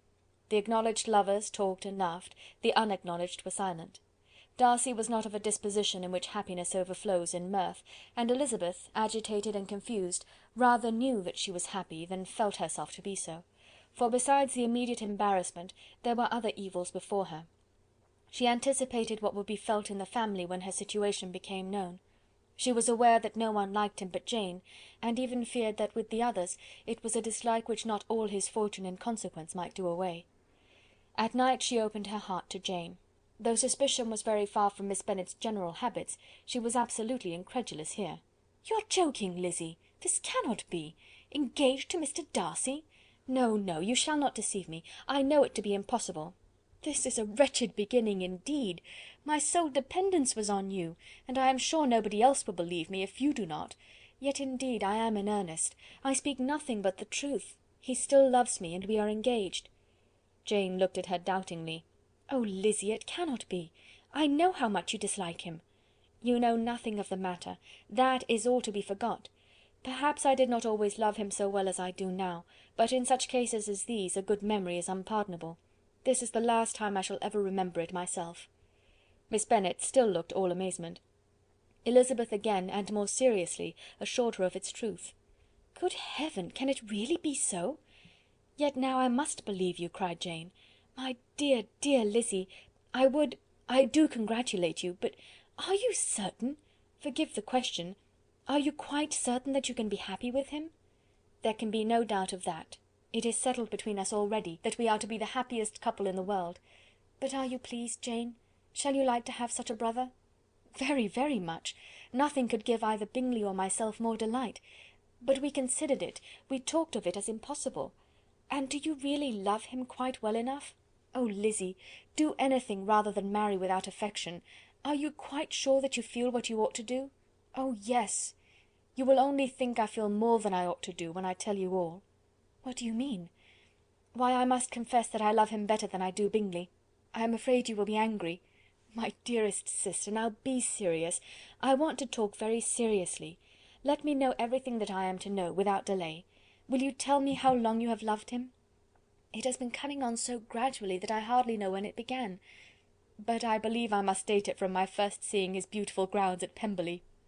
Another entreaty that she would be serious, however, produced the desired effect, and she soon satisfied Jane by her solemn assurances of attachment. When convinced on that article, Miss Bennet had nothing further to wish. "Now I am quite happy," said she, "for you will be as happy as myself. I always had a value for him. Were it for nothing but his love of you, I must always have esteemed him. But now, as Bingley's friend and your husband, there can be only Bingley and yourself more dear to me. But, Lizzy, you have been very sly, very reserved with me. How little did you tell me of what passed at Pemberley and Lambton!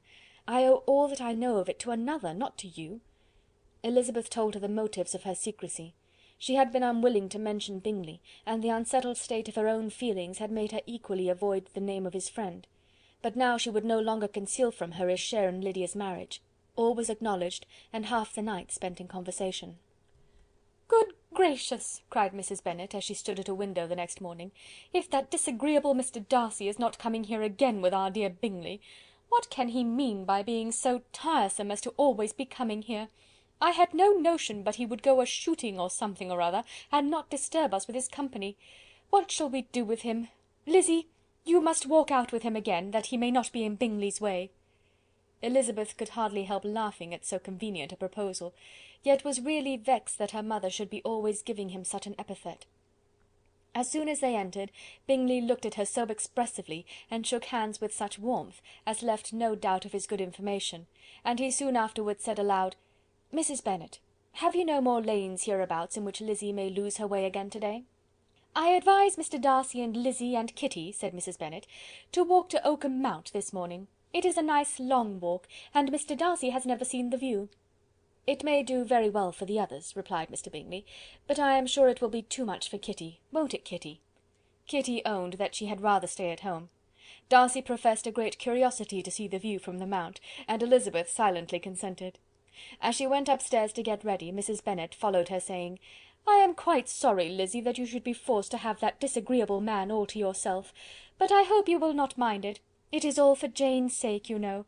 There is no occasion for talking to him, except just now and then, so do not put yourself to inconvenience." During their walk it was resolved that Mr. Bennet's consent should be asked in the course of the evening. Elizabeth reserved to herself the application for her mother's. She could not determine how her mother would take it, sometimes doubting whether all his wealth and grandeur would be enough to overcome her abhorrence of the man. But whether she were violently set against the match, or violently delighted with it, it was certain that her manner would be equally ill adapted to do credit to her sense, and she could no more bear that Mr. Darcy should hear the first raptures of her joy than the first vehemence of her disapprobation. In the evening, soon after Mr. Bennet withdrew to the library, she saw Mr. Darcy rise also and follow him, and her agitation on seeing it was extreme. She did not fear her father's opposition, but he was going to be made unhappy, and that it should be through her means, that she, his favourite child, should be distressing him by her choice, should be filling him with fears and regrets in disposing of her, was a wretched reflection, and she sat in misery till Mr. Darcy appeared again, when, looking at him, she was a little relieved by his smile. In a few minutes he approached the table where she was sitting with Kitty, and while pretending to admire her work, said in a whisper, "Go to your father, he wants you in the library." She was gone directly. Her father was walking about the room, looking grave and anxious. "Lizzy," said he, "what are you doing? Are you out of your senses to be accepting this man? Have you not always hated him?" How earnestly did she then wish that her former opinions had been more reasonable, her expressions more moderate!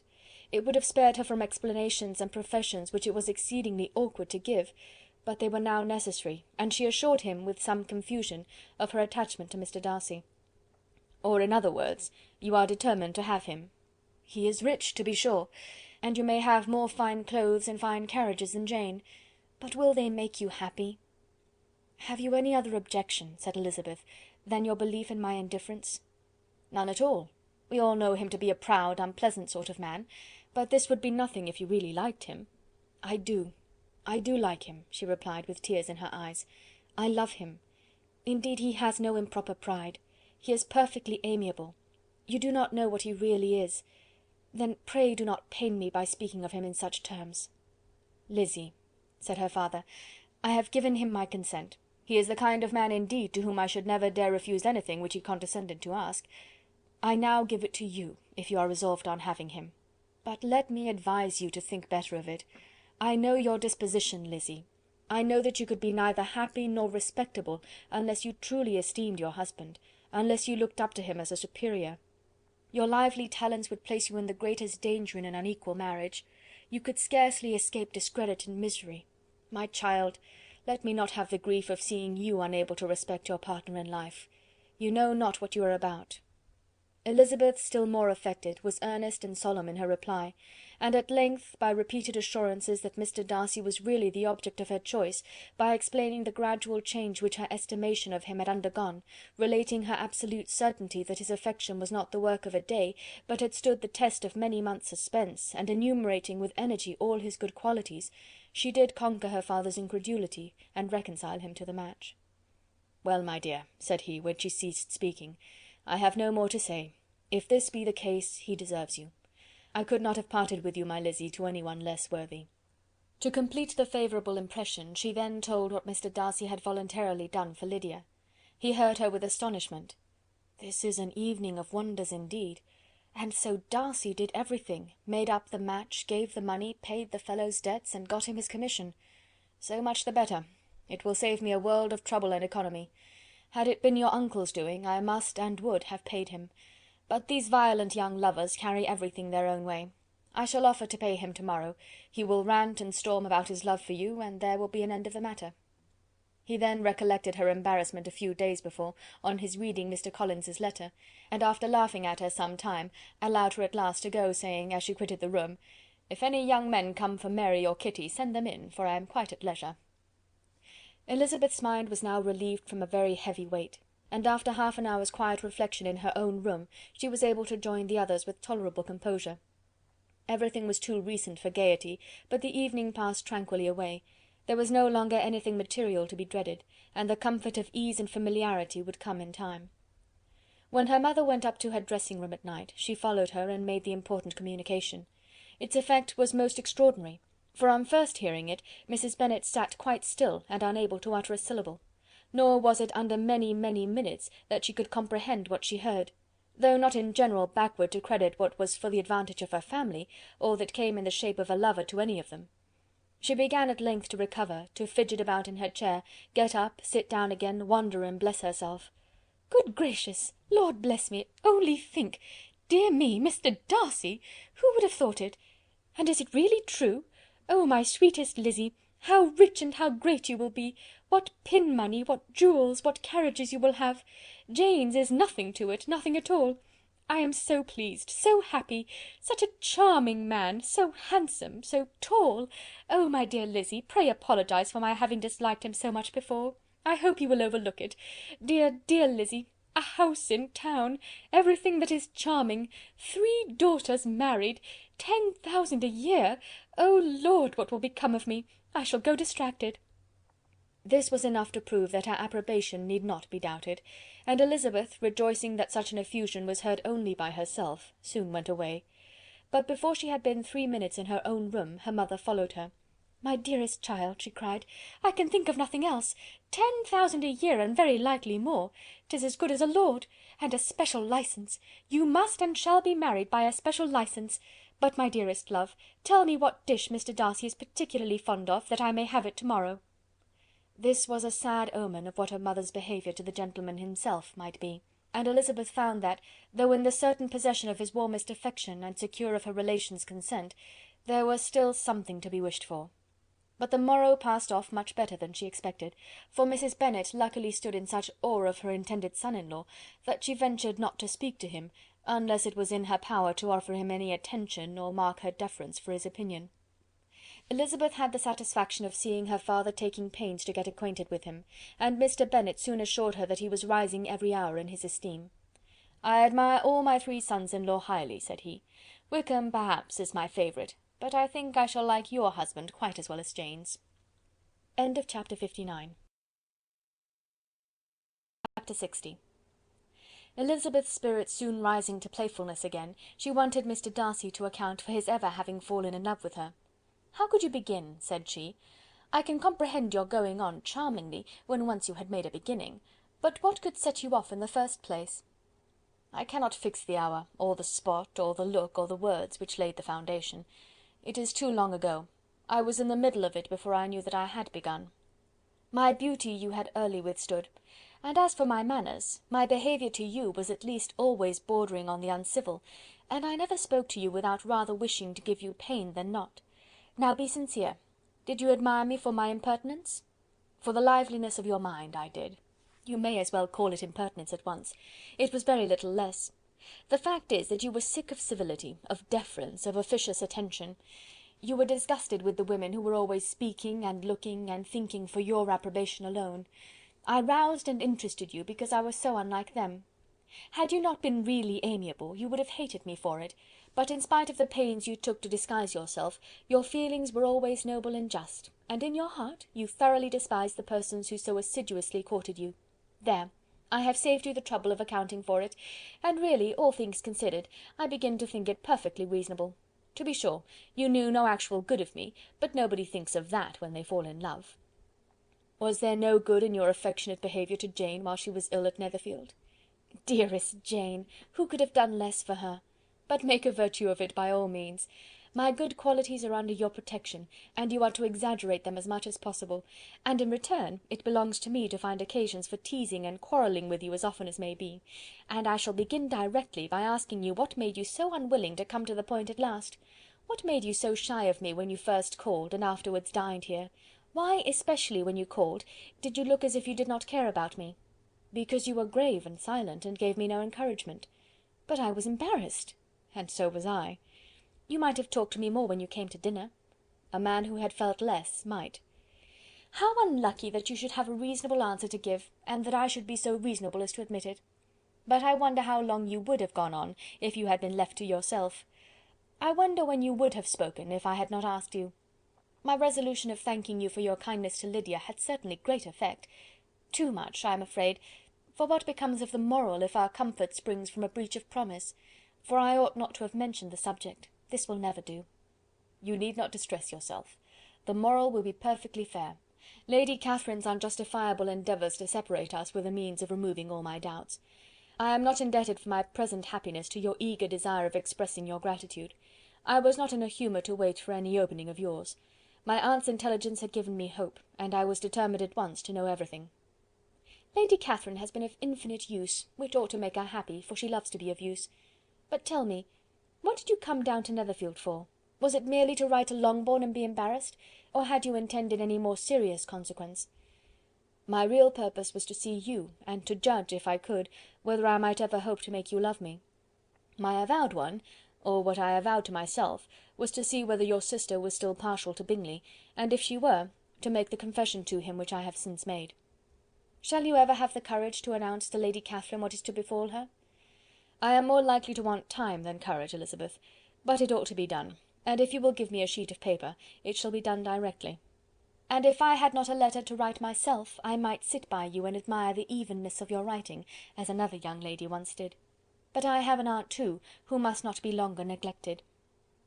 From an unwillingness to confess how much her intimacy with Mr. Darcy had been overrated, Elizabeth had never yet answered Mrs. Gardiner's long letter; but now, having that to communicate which she knew would be most welcome, she was almost ashamed to find that her uncle and aunt had already lost 3 days of happiness, and immediately wrote as follows: "I would have thanked you before, my dear aunt, as I ought to have done, for your long, kind, satisfactory detail of particulars, but to say the truth, I was too cross to write. You supposed more than really existed. But now, suppose as much as you choose. Give a loose rein to your fancy, indulge your imagination in every possible flight which the subject will afford, and unless you believe me actually married, you cannot greatly err. You must write again very soon, and praise him a great deal more than you did in your last. I thank you again and again for not going to the Lakes. How could I be so silly as to wish it? Your idea of the ponies is delightful. We will go round the park every day. I am the happiest creature in the world.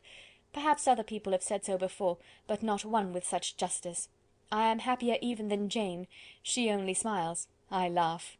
Mr. Darcy sends you all the love in the world that he can spare from me. You are all to come to Pemberley at Christmas. Yours, etc."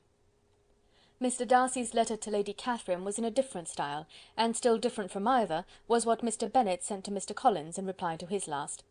"Dear Sir, I must trouble you once more for congratulations. Elizabeth will soon be the wife of Mr. Darcy. Console Lady Catherine as well as you can. But if I were you, I would stand by the nephew. He has more to give. Yours sincerely, etc." Miss Bingley's congratulations to her brother on his approaching marriage were all that was affectionate and insincere. She wrote even to Jane on the occasion, to express her delight and repeat all her former professions of regard. Jane was not deceived, but she was affected, and though feeling no reliance on her, could not help writing her a much kinder answer than she knew was deserved. The joy which Miss Darcy expressed on receiving similar information was as sincere as her brother's in sending it. 4 sides of paper were insufficient to contain all her delight, and all her earnest desire of being loved by her sister. Before any answer could arrive from Mr. Collins, or any congratulations to Elizabeth from his wife, the Longbourn family heard that the Collinses were come themselves to Lucas Lodge. The reason of this sudden removal was soon evident. Lady Catherine had been rendered so exceedingly angry by the contents of her nephew's letter, that Charlotte, really rejoicing in the match, was anxious to get away till the storm was blown over. At such a moment the arrival of her friend was a sincere pleasure to Elizabeth, though in the course of their meetings she must sometimes think the pleasure dearly bought, when she saw Mr. Darcy exposed to all the parading and obsequious civility of her husband. He bore it, however, with admirable calmness. He could even listen to Sir William Lucas when he complimented him on carrying away the brightest jewel of the country, and expressed his hopes of their all meeting frequently at St. James's, with very decent composure. If he did shrug his shoulders, it was not till Sir William was out of sight. Mrs. Phillips's vulgarity was another and perhaps greater tax on his forbearance, and though Mrs. Phillips, as well as her sister, stood in too much awe of him to speak with the familiarity which Bingley's good humour encouraged, yet whenever she did speak she must be vulgar. Nor was her respect for him, though it made her more quiet, at all likely to make her more elegant. Elizabeth did all she could to shield him from the frequent notice of either, and was ever anxious to keep him to herself, and to those of her family with whom he might converse without mortification; and though the uncomfortable feelings arising from all this took from the season of courtship much of its pleasure, it added to the hope of the future, and she looked forward with delight to the time when they should be removed from society so little pleasing to either, to all the comfort and elegance of their family party at Pemberley. Chapter 60. Chapter 61. Happy for all her maternal feelings was the day on which Mrs. Bennet got rid of her two most deserving daughters. With what delighted pride she afterwards visited Mrs. Bingley and talked of Mrs. Darcy may be guessed.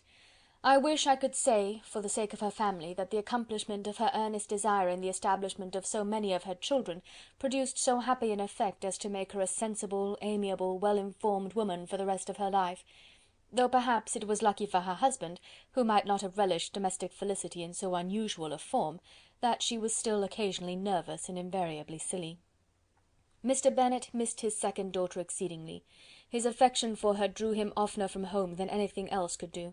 He delighted in going to Pemberley, especially when he was least expected. Mr. Bingley and Jane remained at Netherfield only a twelvemonth.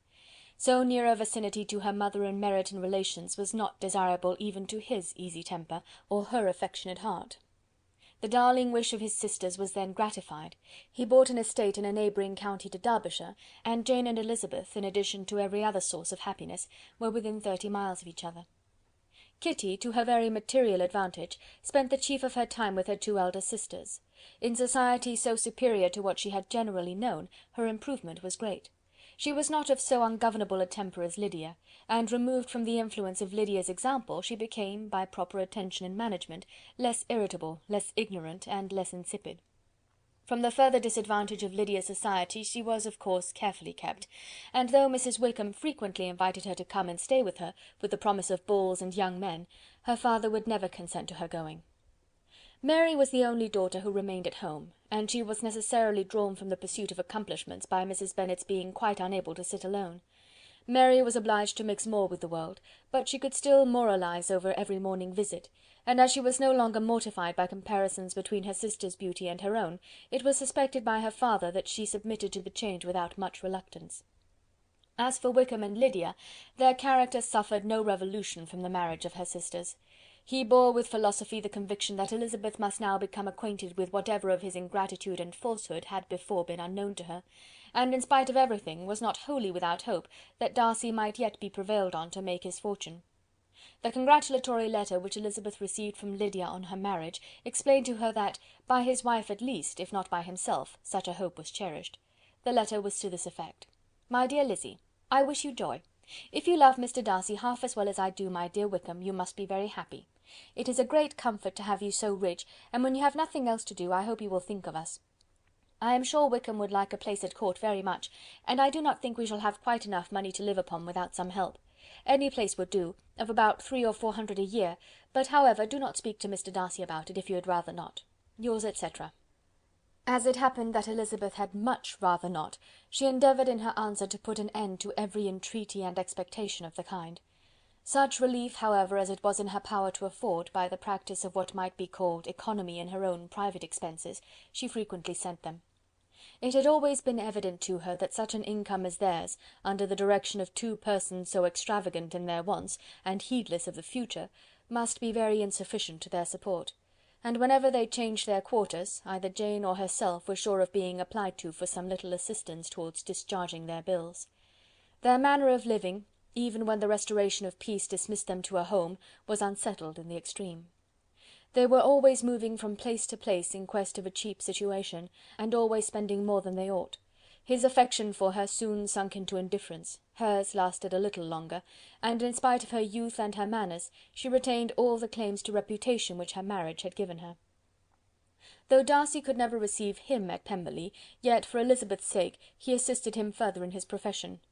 Lydia was occasionally a visitor there, when her husband was gone to enjoy himself in London or Bath, and with the Bingleys they both of them frequently stayed so long, that even Bingley's good humour was overcome, and he proceeded so far as to talk of giving them a hint to be gone. Miss Bingley was very deeply mortified by Darcy's marriage, but as she thought it advisable to retain the right of visiting at Pemberley, she dropped all her resentment, was fonder than ever of Georgiana, almost as attentive to Darcy as heretofore, and paid off every arrear of civility to Elizabeth. Pemberley was now Georgiana's home, and the attachment of the sisters was exactly what Darcy had hoped to see. They were able to love each other even as well as they intended. Georgiana had the highest opinion in the world of Elizabeth, though at first she often listened with an astonishment bordering on alarm at her lively, sportive manner of talking to her brother. He, who had always inspired in herself a respect which almost overcame her affection, she now saw the object of open pleasantry. Her mind received knowledge which had never before fallen in her way. By Elizabeth's instructions she began to comprehend that a woman may take liberties with her husband, which a brother will not always allow in a sister more than 10 years younger than himself. Lady Catherine was extremely indignant on the marriage of her nephew, and as she gave way to all the genuine frankness of her character in her reply to the letter which announced its arrangement, she sent him language so very abusive, especially of Elizabeth, that for some time all intercourse was at an end. But at length, by Elizabeth's persuasion, he was prevailed on to overlook the offence, and seek a reconciliation; and after a little further resistance on the part of his aunt, her resentment gave way, either to her affection for him, or her curiosity to see how his wife conducted herself, and she condescended to wait on them at Pemberley, in spite of that pollution which its woods had received, not merely from the presence of such a mistress, but the visits of her uncle and aunt from the city.